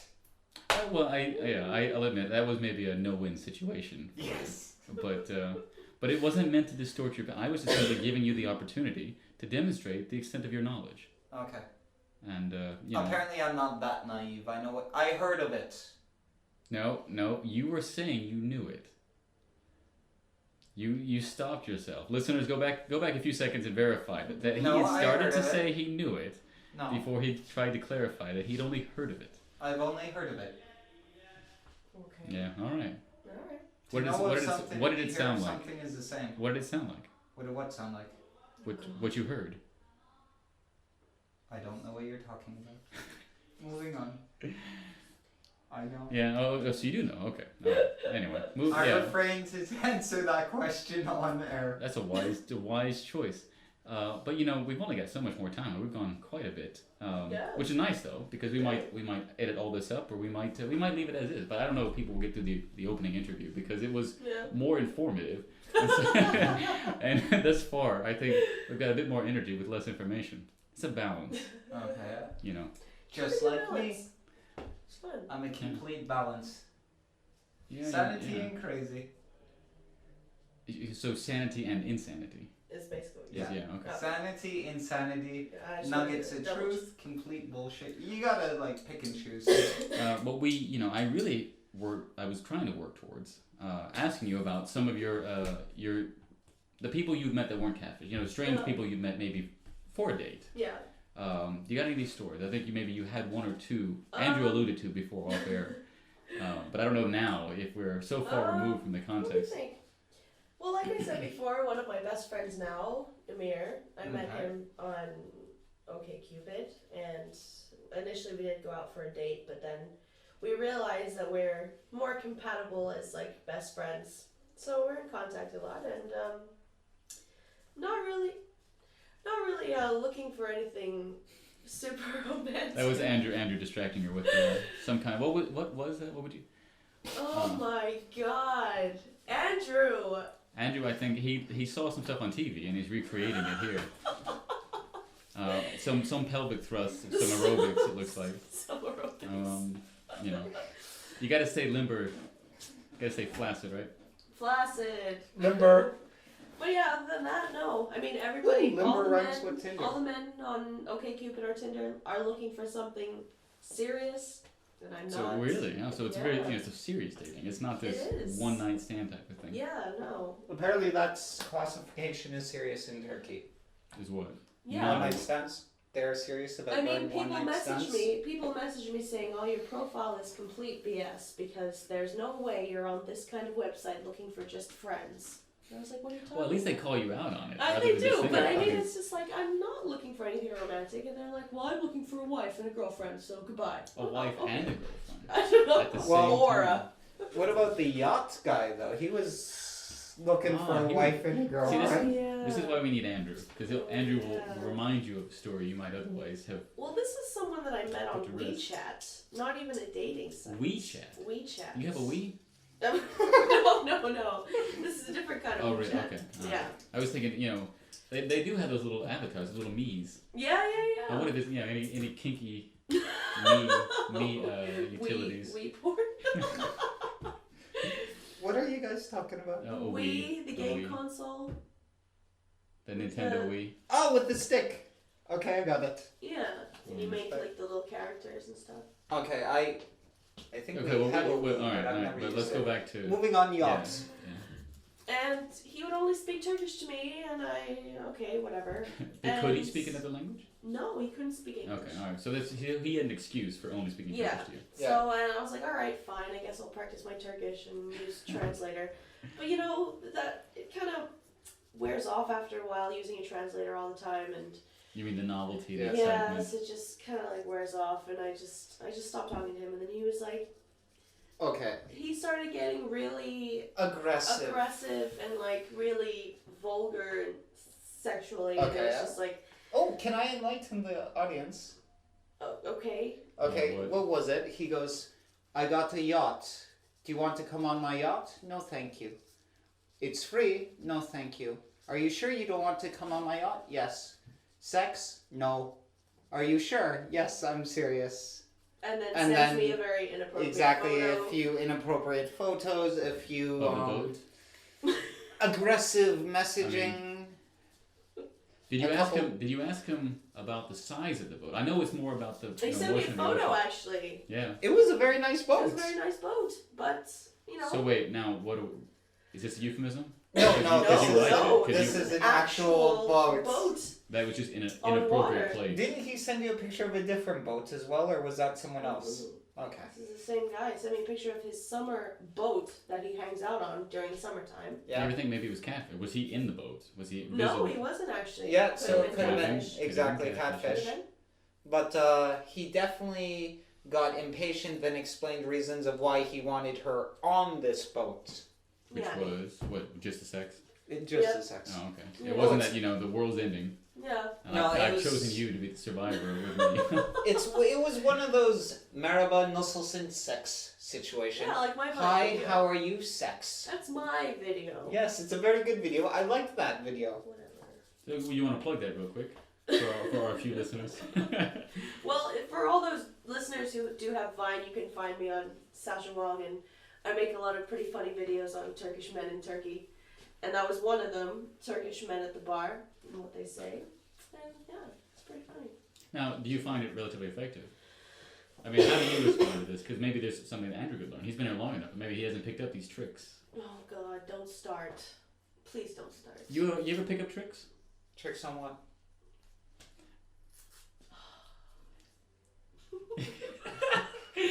Listeners, if you're familiar with what tricks are, go ahead and send a link onto the Facebook group. That's Culture Clash Radio on Facebook and on Spreaker as well.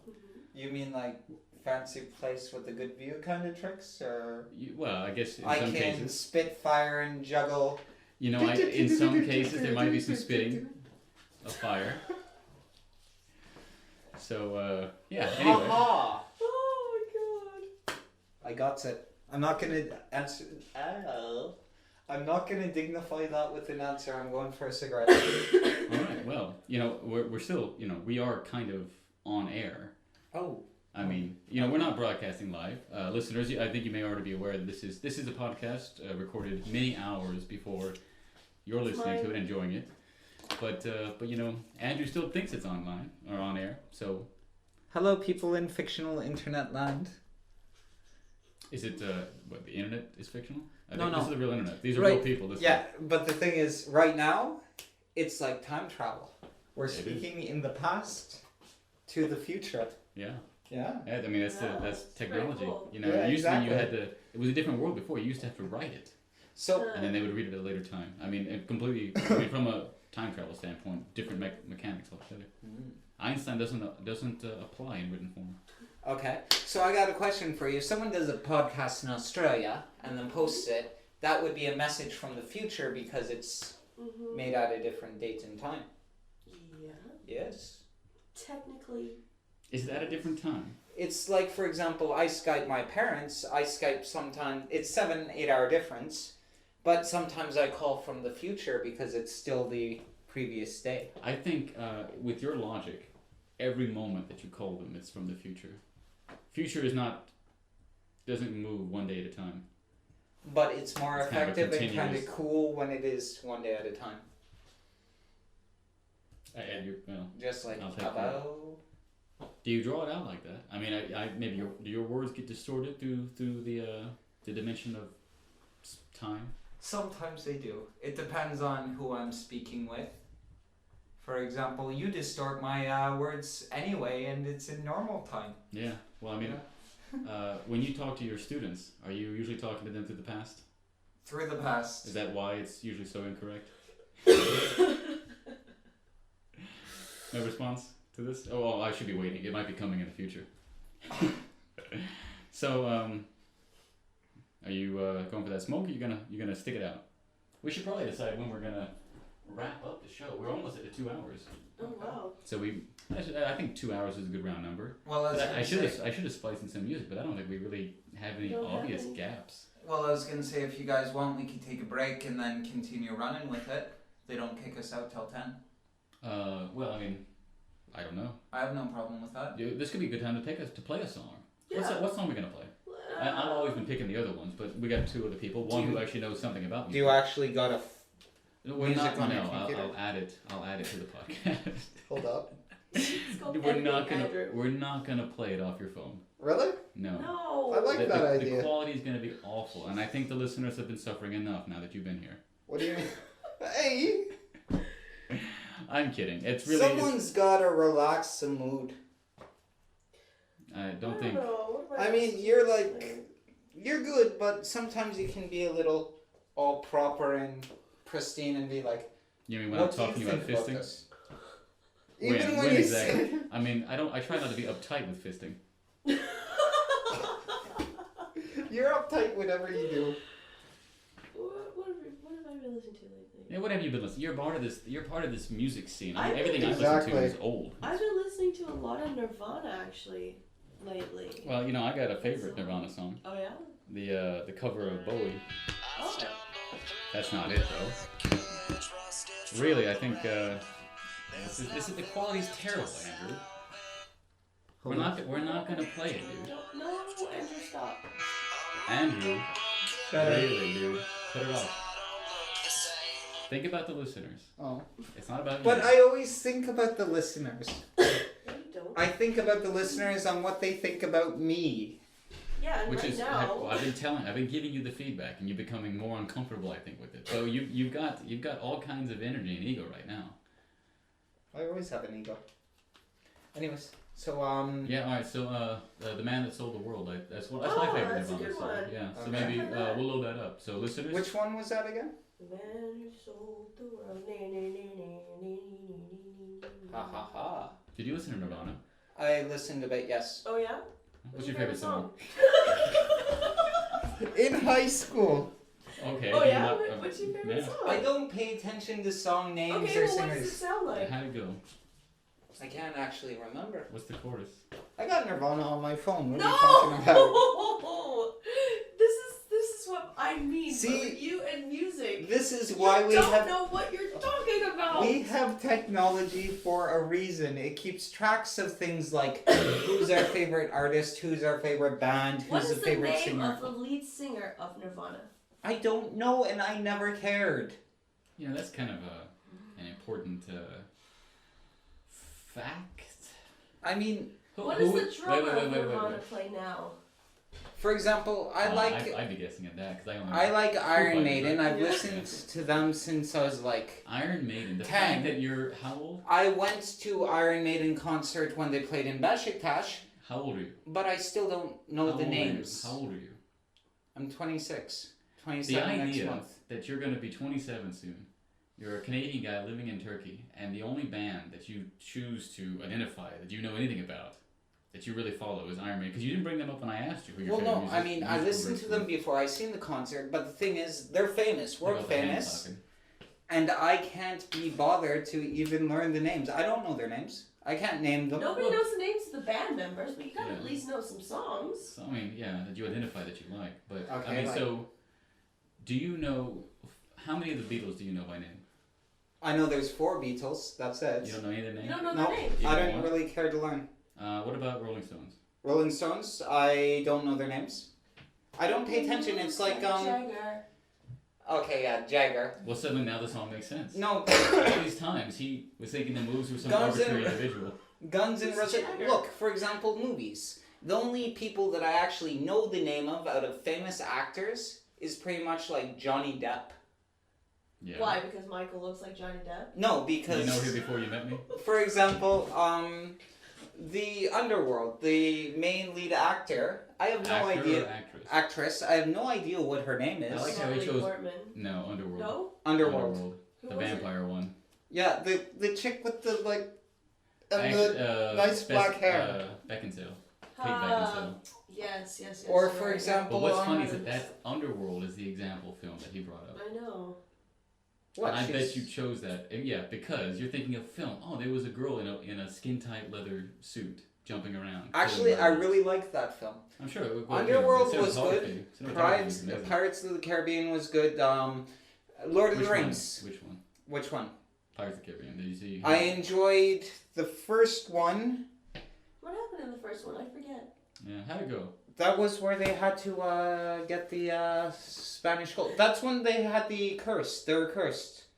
So they had the undead walking through underwater, and the whole thing That was was the to second return one. the No, coin. He's No, right. It's right. Was the it? first to one. It's return the first one. coin.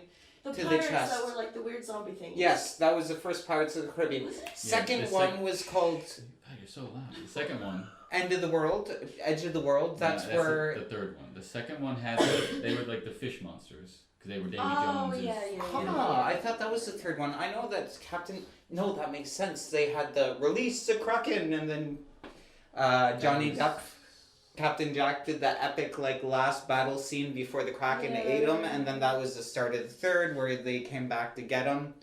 Yeah, I And think our listeners have probably they seen had these are rather Barbaros, popular films. Yeah.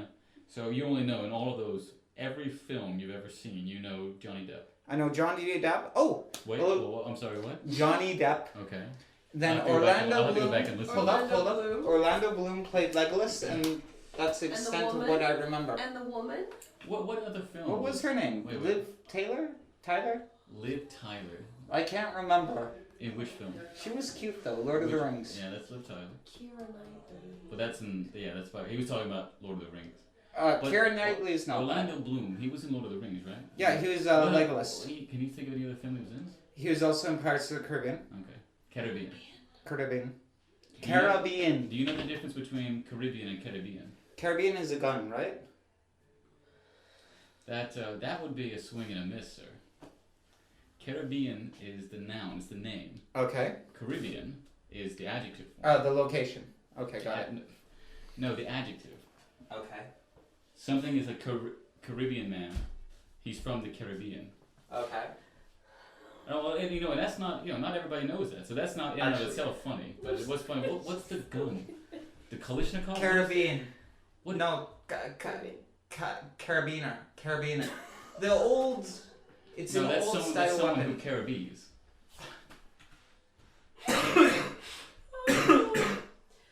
Sorry. How many ciggies did you smoke today? 1 pack. How many is in a pack? 20. God, I would have thought more. Only 20? Yeah. How much do you pay for that? 6. 6 lira. 6 there. What does that break down to per cigarette? Quick, every God, every smoker even I should don't have every that. smoker should have this Okay, like that's economically pre-calculated. Okay, let me take off my shoes and I'll. Ew, can you not? This is Sasha's room. So Please don't. I give you permission. It's not my room. Your house remembers. Anyways, moving on. I can't. I don't know. There's How many? 20 in a pack and there's 6. You can use fractions. Don't worry. How can you use a fraction? How's that SAT prep going? As she's pulling out the calculator, Sasha, Offensive. I thought you were. Never mind. That's a I'm very bad really terrible. stereotype. 3.3. 3.3 a cigarette. 3.3 cents a cigarette? No. No, that doesn't make any sense. Exactly. I don't think your equation was set My correctly, equation was completely wrong. which is amazing. Which is really quite amazing that you divided 20 by 6 rather than 6 by 20. Here we go. Yeah. 0.3. It's probably a bad calculator is what it was. 0. Exactly, yeah. 0.3, so 30 cents a cigarette. Think about that. Yeah. 30 kuruş. I mean, I think every smoker should know this. Every time you blaze one up, Well, no. I mean, the only time... You're not talking about a joint, Michael. Use the right terminology. use the right technology. We use fire here. Oh, man. No, actually, Promethean South America sells cigarettes by the individual. Yeah. So individual cigarettes. So that's the only time you actually need to know the value of a cigarette. I bet they don't sell it for that amount.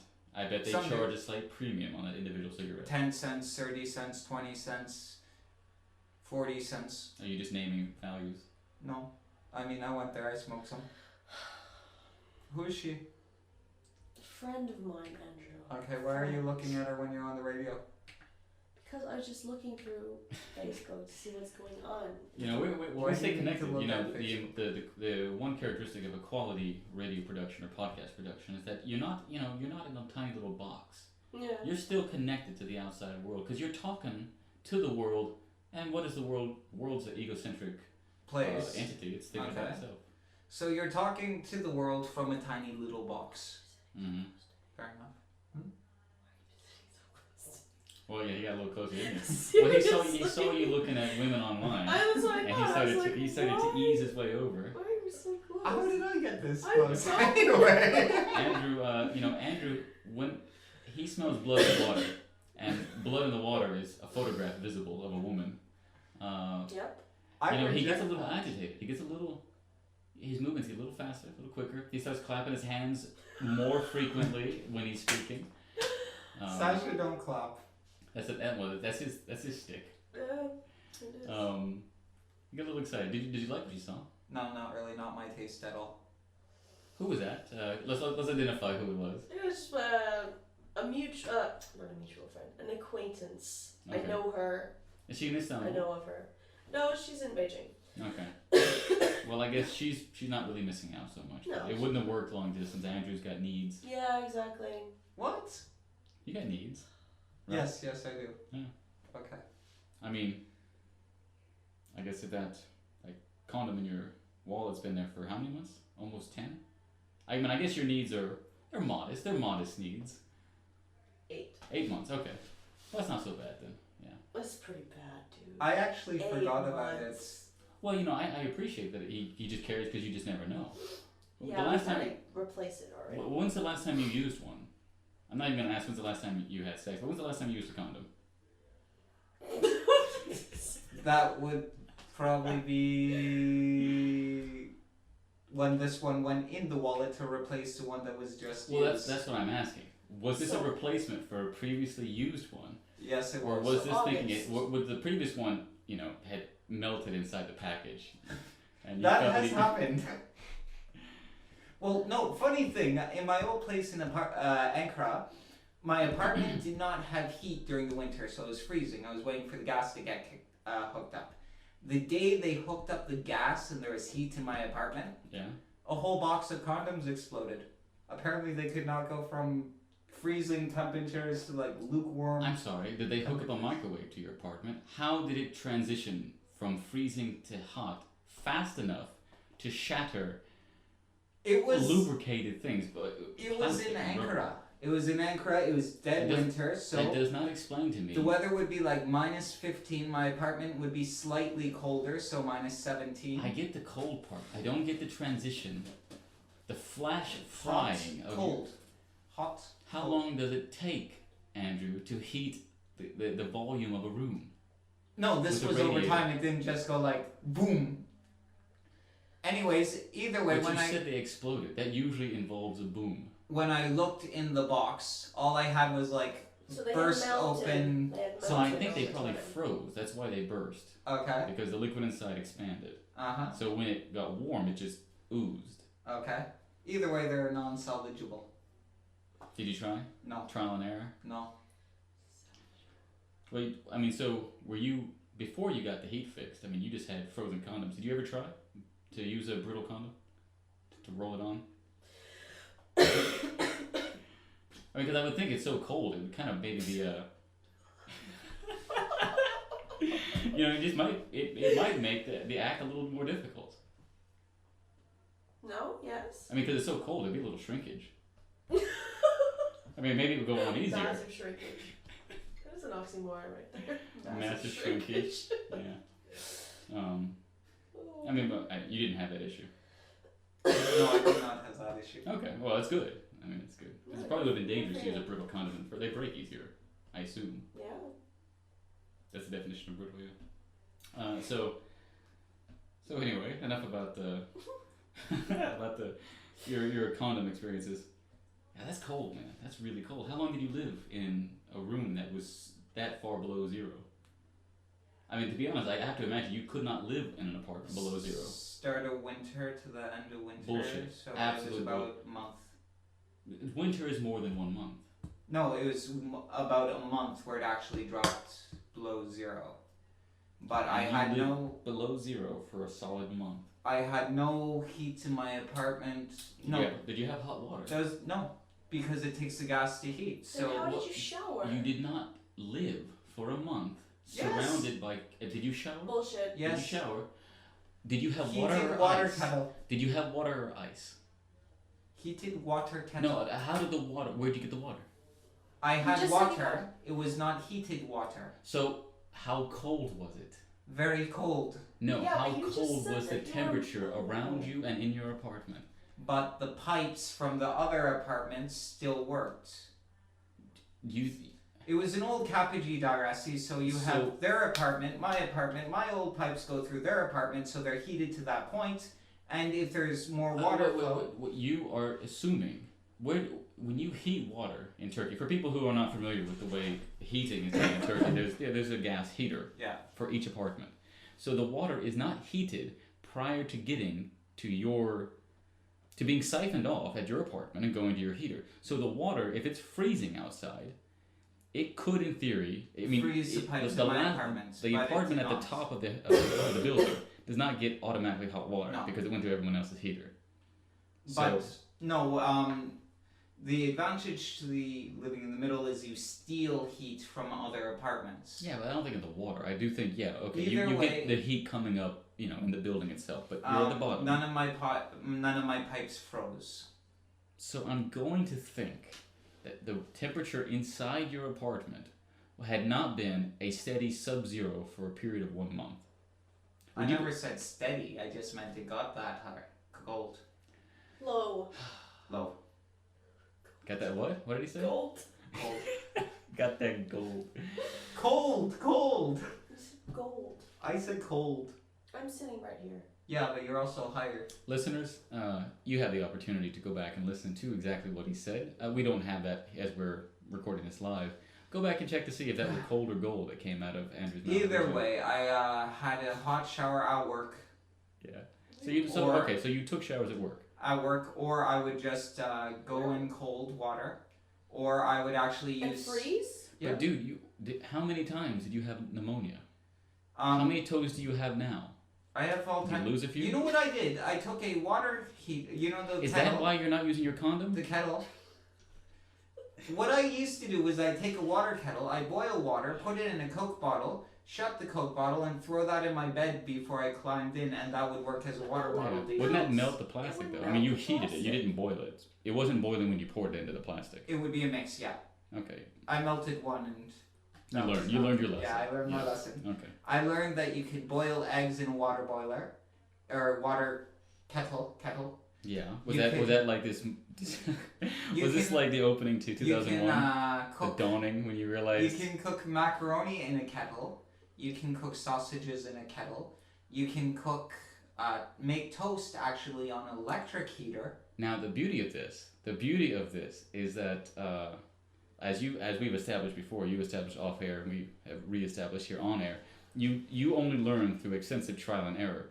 Did you make this realization one at a time? You boil an egg, and then several weeks later, through some experimentation, you realized other things could also be boiled in this water boiler. No. I knew this before. So why did you say you learned or you discovered or something like this? I forget exactly what you said, but you gave the sense that you didn't know before. Well, no, I mean, you can use it in practice. No. What? I knew that you could.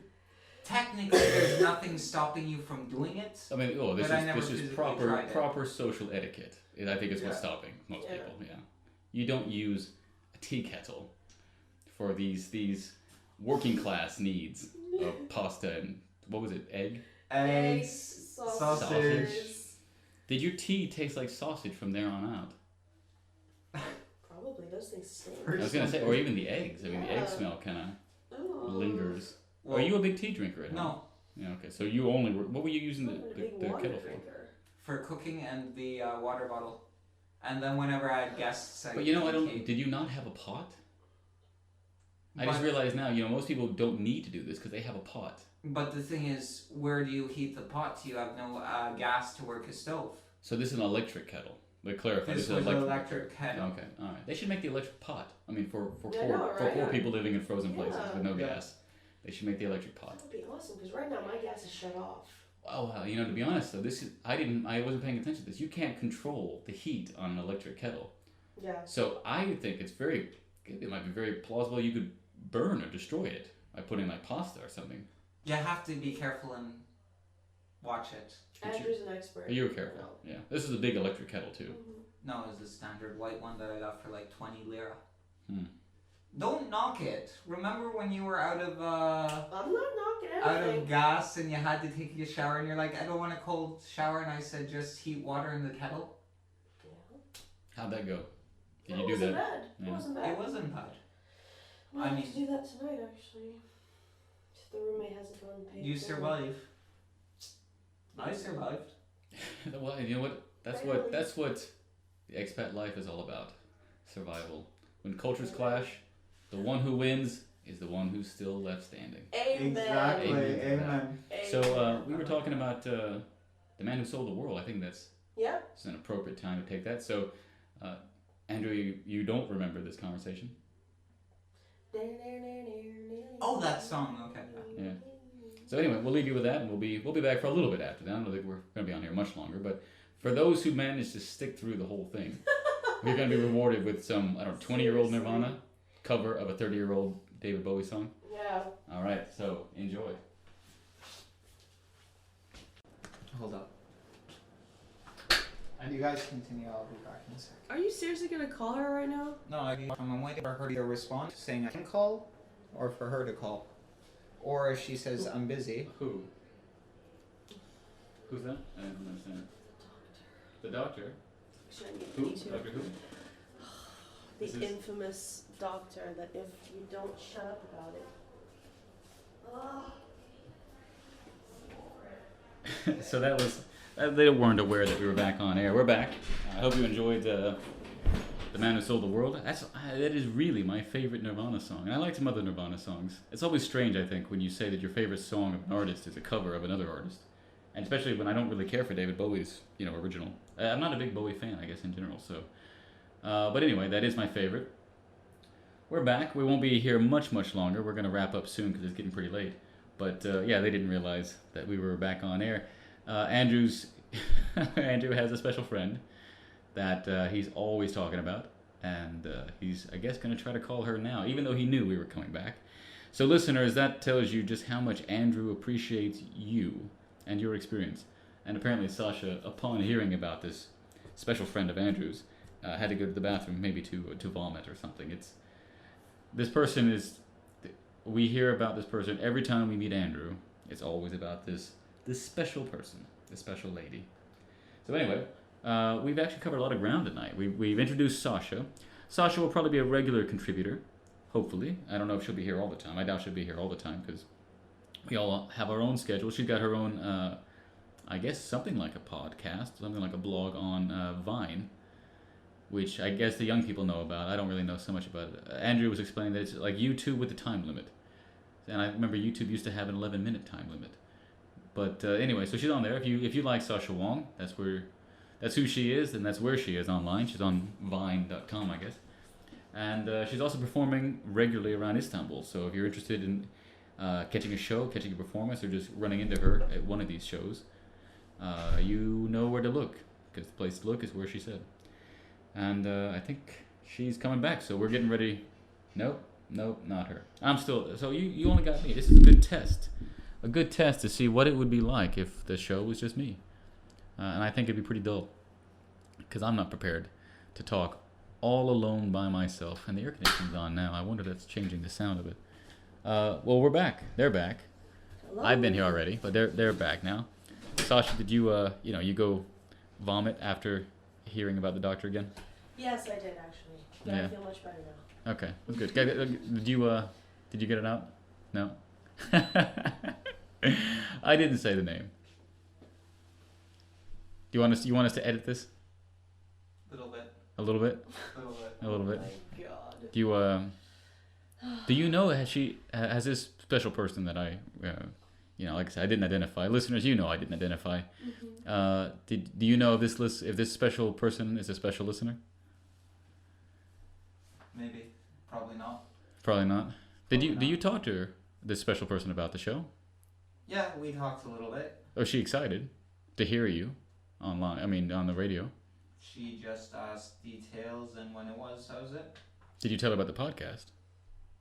Or did you? Because I think when you tell people, because apparently some people didn't realize about the podcast. They just heard 9 o'clock on Fridays in Istanbul, which is really hard for anybody to catch. Yeah. It was a pretty difficult time. So did you tell her about the podcast? No, I did not mention that. Do you not want her to listen? No, it's not that I don't, but it's if she does, she does. If she doesn't, she doesn't. You don't care? Not bothered? Relax, man. Come on. Relax. I feel like, and it's not even my fault, really. It's whose fault is it, Sasha? I don't know. I think it's Andrew's fault. I'm pretty sure it's Andrew's He's fault. paranoid. Relax. Take it easy, bruh. But there's like a love-hate relationship where like you hate something but you can't live without it. Yeah. This is kind of like Andrew's paranoia. You bring up the subjects that you're paranoid about regularly. I never brought up this subject. Not Yes, you did. not during the actual Broadcast. broadcast.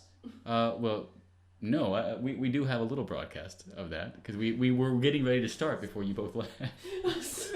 So I tried to carry the show as best I can, and I think we can all accept now the evidence that I can't carry the show on my own. Really, I'm just maybe the orchestrator. I facilitate the more entertaining contributions of other people. Okay. By myself, I've got nothing. So, Andrew, I told you before, man, this is really your show. I'm just kind of facilitating your exposure to the world. I think the world is better with as little exposure as possible, or at least in small doses. Yeah. Yeah. Well, I mean, I think we've already talked about your the size of your dosage. So I think we don't have to worry about that, right? They wouldn't be able to handle that size of dosage. Yeah. Overdose. Exactly.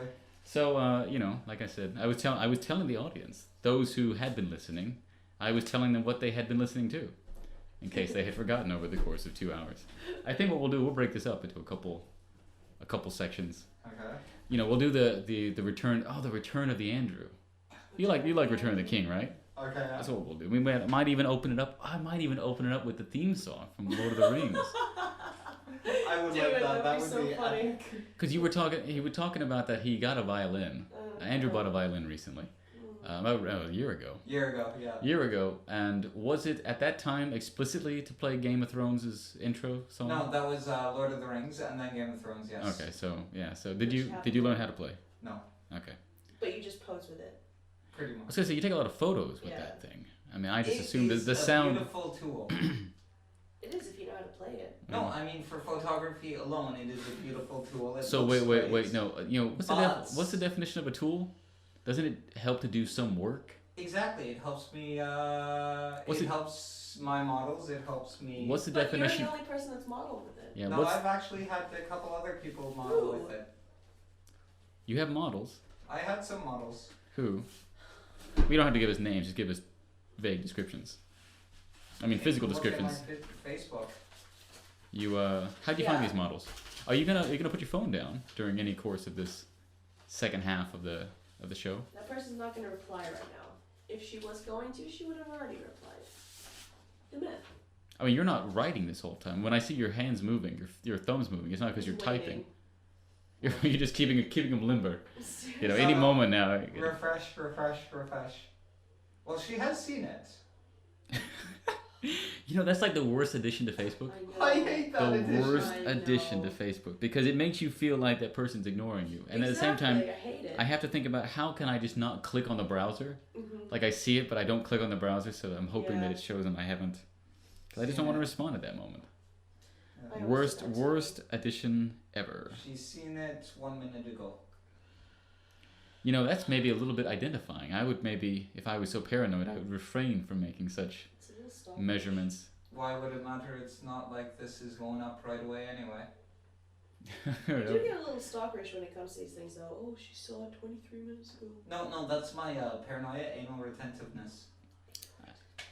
For Anal example, retentiveness. I hate having people wait and I hate waiting. If I say something starts at 9, it generally starts at 9, not Oh, 10 really? after, That's not why 10 Well, like this, before. yeah, like this morning Late at 10 o'clock, right? For That's why I felt so blindfold, guilty about Did being you? late. What did you say when I came in?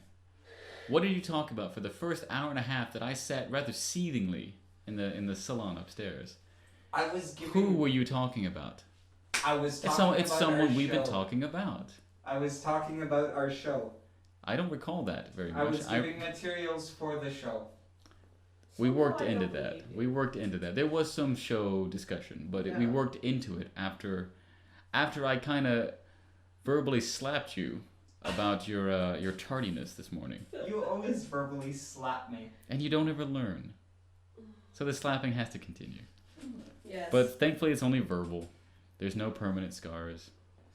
No There's no just evidence some that emotional- no evidence that can be held against me. Exactly. But yeah. So you're done. Okay, you know you'll check again later. This is so strong. I feel like, do you have an addictive personality? Would Yes, you I class- do. Yeah. That's why. What are you addicted to? I mean, you got cigarettes. You got Cigarettes, Coca-Cola. Pepsi. No. Yeah, of course not. No, can't stand Disgusting it. habit. The But, combination of the two. Blech. No. 9 a.m. in the morning. generally, Chugs half a bottle of That's why I don't drink that much. I don't like it. But What? Oh, drink alcohol. You mean? alcohol, that kind of thing. But you went through this phase because you were in Thailand. You said drinking every I night. drank a lot when I was 19 to 23. I was always drinking. Was it like a critical moment where you just got turned off to it, or was it just generally you got tired of it? No, there's a critical moment after spending many times hugging the toilet, going, "Wow, I am pathetic." I Yeah. decided I don't want any more of it. And you switched to Coca-Cola. pretty much. No, actually, no. I mean, were you drinking it all the time, or what? Coca-Cola is it used to be. It's always been there. No, It's always been my there. one It's fix. always been there, but it's one of those. I drink it more when I'm stressed, and then sometimes I go months without drinking it. But since you guys known me, I've always been drinking it every day, and it's become more and more of addiction. Although, actually, you have been trying to cut down. I will cut you some slack on that Yeah. one because, whenever I do cook for you because you're a starving child. Who you won't use his do- kitchen? Yeah, exactly. That you choose to buy juice instead of Coke, which I do. Slightly better. It's Slightly at least doesn't dissolve nails. Teeth even. Teeth. Think about that. Half my teeth are fake anyway, so. Wow. But they may still dissolve. Exactly. That the chances of them dissolving now are much higher. And it than- doesn't. Yeah. And to be honest, you're Wow. from Canada. You can always just say they were hockey induced, and people will be like, "Oh, that's awesome. That's awesome. Tell us the story." Friggin' Canadians, eh? Actually, my Frig. motorbike induced. I told know. you about that. Uh, I did a jump. did you have a motorbike? You're the least That was my Canadian friend's person I've ever met. motorbike. I did a jump. So I it wasn't landed it. your motorbike that you. I landed it. It flipped. The motor fell on the leg, burning my leg. I cracked 2 ribs, and the visor was up on the helmet, so I smashed out one of my front teeth and broke most of my bottom teeth. So Did you break your jaw? No, I just smashed a whole bunch of teeth. Just the front teeth then. Yeah, this one is fake, the Yeah. front one, Yeah. and then the bottom teeth, the top parts of them, most of them are fake, and the bottom part He's is got a lot of real crowns. tooth. Exactly. Yeah, you got a lot so of crowns. This was in Turkey or in Canada? No, this is Canada. It was my grade 12 year, right before I left. I spent about 6-7 months getting dental procedures. For half of the high school, I was wearing a fake plastic tooth in front of the front one while they made the porcelain one. Yeah. Well, they had probably go to China for the porcelain. No, have you ever broken teeth or broken bones or anything like that? I broke bones, but small ones. I broke a bottom rib playing basketball. Okay. Broke a toe on my sister's butt. I was running and she was kneeling and I clipped her. And I got in trouble for something. So my mom had been yelling at me. I had to go take her to something in my room. And I told her I was in pain. And she's like, fine. You know, for like a day or two before I, had been continuously complaining. She's like, well, I guess we gotta go to the doctor. Okay. And it was broken. And then my sister broke my knuckle in 3 places. Oh. She kicked me and I caught her leg. Okay. We were at my grandmother's house. No, I just caught her leg. We did karate a lot when we were younger, so Okay. we still had some of these things, these skills. Yeah. And so she went to do something stupid. I don't know what she was trying to do. Try to, you can't hit anybody when they're holding your leg, but she tried to do something. And she fell forward. And I actually tried to catch her and keep her from hurting herself. Oh my god. But it pushed me down, and I turned around into some stairs that were behind me and jammed it. So it was right before a wedding too. It was the day before a wedding, so I got this big blue, bruise, and Yeah. and this one is still it's a little larger Yeah. Look, it's so for this foolish. ring. Well, speaking of, So my sister has events. damaged me. On my dad's mother's funeral, I was at my dad's mother's funeral. I was about At 5 your years grandma. old. I was running around and I ran directly into this metal post to keep a small tree up. It had a line in a metal post, and I split my skull open. Wow. At 5. Did anything leak out? Well, I have a scar right here, right across the forehead. See the white line? Yes. I had Stop, quite a stop, few stop. stitches there. Huh. And then later on that year, I fell off a 2-story slide and broke my shoulder off the. And your parents just kept encouraging you? I don't understand. Like after the first, you think a 2-story slide. To be honest, a 2-story slide used to make me uncomfortable as a kid. Yeah.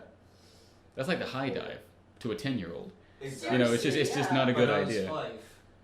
Well, I've said that's why I said like. I was Crazy qualifying ass as being similar. 5-year-old. Yeah, no, I broke that shoulder and it was like, oh, let's slow Jeez, down I and don't be know careful. how many kids break joints. It's like that would be like a 6-year-old breaking his knee. Well, no. You never hear of it Doesn't happen. What happened was What's his actually the because kids roll. Kids actually tend to go a little limp, and so it protects some of these Yeah. bones and stuff. Well, actually, I was about to land on my head, but I rolled and stuck out my arm and just snapped it. Wow. My parents took me to my mom. I was at a babysitter's. My mom picked me up. She took me to the hospital. The hospital was on strike at the time, so we had to go through the pickets.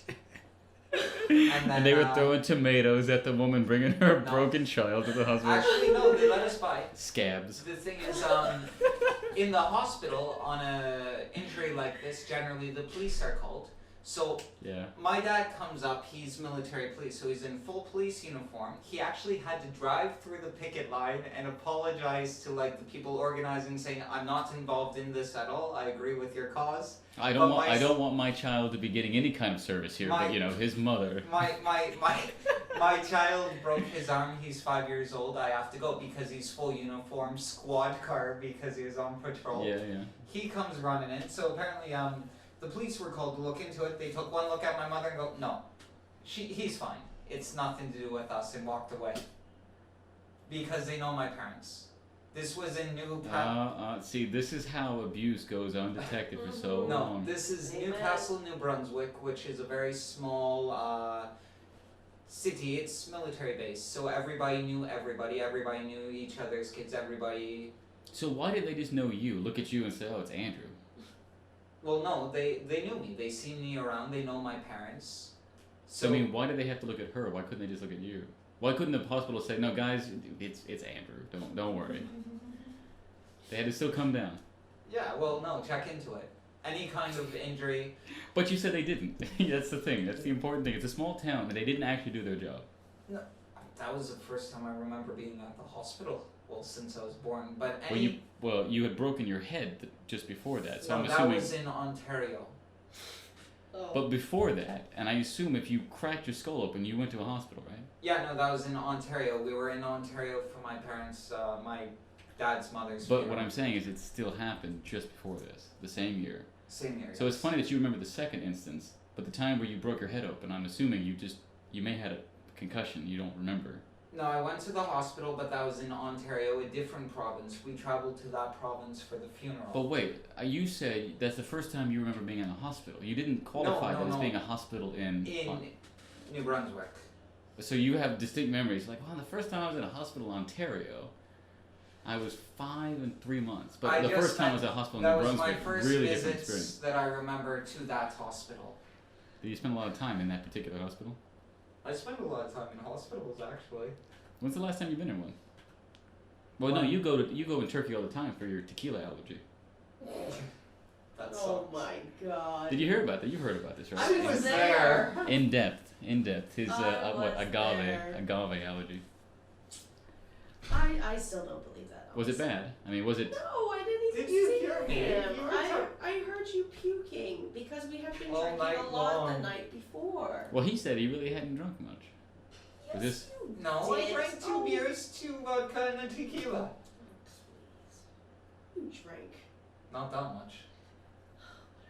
I just don't keep track of you anymore. I try to avoid you when we go out because you That's just bring awesome. me down. You guys go out together and then it's just like like a I football do, huddle. Football huddle, because just break and you go it's- your separate ways. Literally, because if I stay with him too long, he'll get all mopey and cry about something. But see, the one time that I remember going out with you guys, I mean, no, Do you remember it? no, I don't remember that time. I'm talking about the one time I do remember, which is with what's her name's. Everybody had birthdays. Like 4 people had a birthday. Alessandra and Andrew and Carolina. Carolina. Was it Esquivel route? Yeah, it was an Esquivel route. Yeah. This Uh, is not the time you're throwing me around the bar. No. Yeah, no. Because I didn't need to throw you around this time because you were actually going out dancing on your own. Yeah, you were. You had So to- I just Yeah. assumed, and I was a bit surprised actually, because Yeah. I don't dance, I don't do it at all, and I was a bit surprised that Andrew was so comfortable going out on a dance floor, because it's not what I would have expected. So I love to dance just as long as there's people I know near me. For Well, that example, shouldn't be if that I'm difficult. by myself, Sasha, do you dance or I no? don't like dancing. When you go out? I dance when I'm intoxicated. Let's say Yeah. that. Okay. For example, no. If I'm with a group of 4 people and they're dancing, I will dance the entire night. But the But second it must be a those- minimum of 4. No, 1, 2, 3. The second someone I know leaves Yeah. the close proximity of where I am, I feel extremely uncomfortable, and it's like, okay. Why? But Let's don't you find get to know the someone I people know. you dance with? Exactly, I mean, but why? I just go up on the dance floor and just dance with whoever's there. I just It's okay, kinda you can say dance by fuck. myself. Oh. it's a podcast. I dance by myself, and if someone wants to join, great. Apparently, not many people took me up on that offer, though. Well, but you say you're super uncomfortable. Exactly. How would you ask someone to dance when you're dancing already You next to don't them? dance. You just. You're there, you're dancing, you move a little closer. If they move a little further, that's No, not you good. just If they gotta go move a up to them little and just be closer, like, that's hey, good. I'm gonna dance with you now. And then you go over and they're just like, yeah. Yeah. That's how I do it. I'm just like, hey. I mean, Yeah. there's And then certainly. they'll be like, no! Well, that's maybe just No, a it's dance never move. happened to me before. Maybe you get too close. No, it's because you have this assumption in your head that all people are just gonna reject you for some stupid reason. Well, that When would in be going by reality, everybody's history. drunk and Everybody they has a don't good reason. care. Yeah, but nobody cares, you know? Uh, Everybody's out to have a good well, time. like I said, the one time I saw you out in a dancing environment, you seemed quite comfortable and quite relaxed. So Because I was around people Yeah. I know. that's Are you fine. all still here? Hi, Yeah. come join. No, I'm going. No, honestly, I'm going. I've got class at 7 o'clock in the morning. No. No, Bye, Carla. See you, Carla. that was another possible. I don't. It seems a little unlikely that she'll be a near future The contributor. unwilling Irish. I like it. It's a group of people or Oh, just a singular. bless. Singular. She's a good girl. Yeah. She's good. Her accent is hilarious. Does she dance? Yeah? Yes, she does. So why don't you go hang out with her? I did. We went dancing. We drank. We danced. So when you go out with Sasha, is it just the 2 of you, or is it like a group No, of other no, people? not anymore. I learned my lesson a long time ago. Never go out with Andrew alone. All right, so there's always people that you get to know before you go there, right? I don't. So how is it you can be much of a downer then if you go out with the group always? No, if I go out with the group, it's fine. But if it's just me and her, our priorities are different. She goes her way looking for What? attentions No. and Oh. drinks, No, I and do I go not. this way I looking do for not. anything. I walk around and I meet people and I have a good time. You, on the other Hey, hand, do you want to oh, buy well, me a drink? Yeah, that's how you get free drinks. Have I you, can't do that. Have you tried? No, Well, how do you know? Ask for free drinks from women. I know. Well, you just got to find a woman who's looking to buy a drink for a guy to maybe make a social point. I don't want to. I've learned never accept free drinks from women. What? How did you learn? What trial and error process did you go through for this? 2 broken ribs. I mean, Another 2 broken ribs. Yes. how many ribs have you broken? Okay. 4. 2. 2 again. Motorbike. Okay. Then there's 2 up here. I don't think. Do you have? The 2 I broke here. That's like your clavicle. That's like your clavicle. No, the first and second rib I broke. Then I broke the 2 here, the 2 here, so that's 6. And then I I like how it's cracked like it. 2 here and then 2 here and then 2 here. It's always the same 2 every No, no. time. I broke these 2, these 2, these 2. I broke this arm here and here, so shoulder You know and the what's arm. funny, but you know what's a I broke recurring that one theme once. here? Every time he's broken bones, it's always been 2. No, Now that could be a statistical anomaly, Yeah. or it could be a bit of an exaggeration. It's exaggeration. Ah, stop. Oh my god. and there. Okay. All right. Okay. Did that disprove my? If there's Supposition. scars, it's real. Scars remind me. I- Fastest. I broke my skull, the front, when I was 5. Then I split it 3 other times in the back. Splitted. Split it. Oh, okay. I'm sorry. Dude, can we not show scars right now? One time I So slipped on the ice. The Swedish. second time I hit a metal table. You know, And I then just, the third it's time. almost like it's amazing you're alive. I know. Yes, I'm like a cat. I'm down You're to an my last accident life prone. though. You're an accident prone. No, I'm just down to my last life. When's the last time you injured yourself significantly? That would be It's been a the while. 2 broken ribs right before I moved to Istanbul. Oh, this girl that you got a free drink. No, from. no. That was in 2006. The time when someone hit Everything me. also happened to in get in my 2006. pocket. Every Yeah. story takes place in that year. It was a crazy year. I was like Apparently. permanently drunk. It must have been a full moon year. 2006. I was in 7th grade. Wait, no. Yes, 2006, my first year in I was in Turkey. 8th grade. I spent more time on random people's couches than I did at home. Why can you not be 2006 Andrew now? Why? Because He's I've so learned. much more fun. He was also 19. Yes. Fresh out of high school, the world was his oyster. God damn it. Then he grew up and realized Young and oysters naive. kind of gross. Kind of gross. Yeah, and I'm allergic to oysters. That's another analogy. Yeah. Well, I am allergic to You're oysters. allergic. Well, yes, I accept that. That's, I have one oyster clam and I go, my tongue is numb. so I so wait. tested that. So you put your tongue in one clam. No, I ate a clam. I looked at my friend and go, my tongue is numb. and, They what, thought it was hilarious. and what did she say?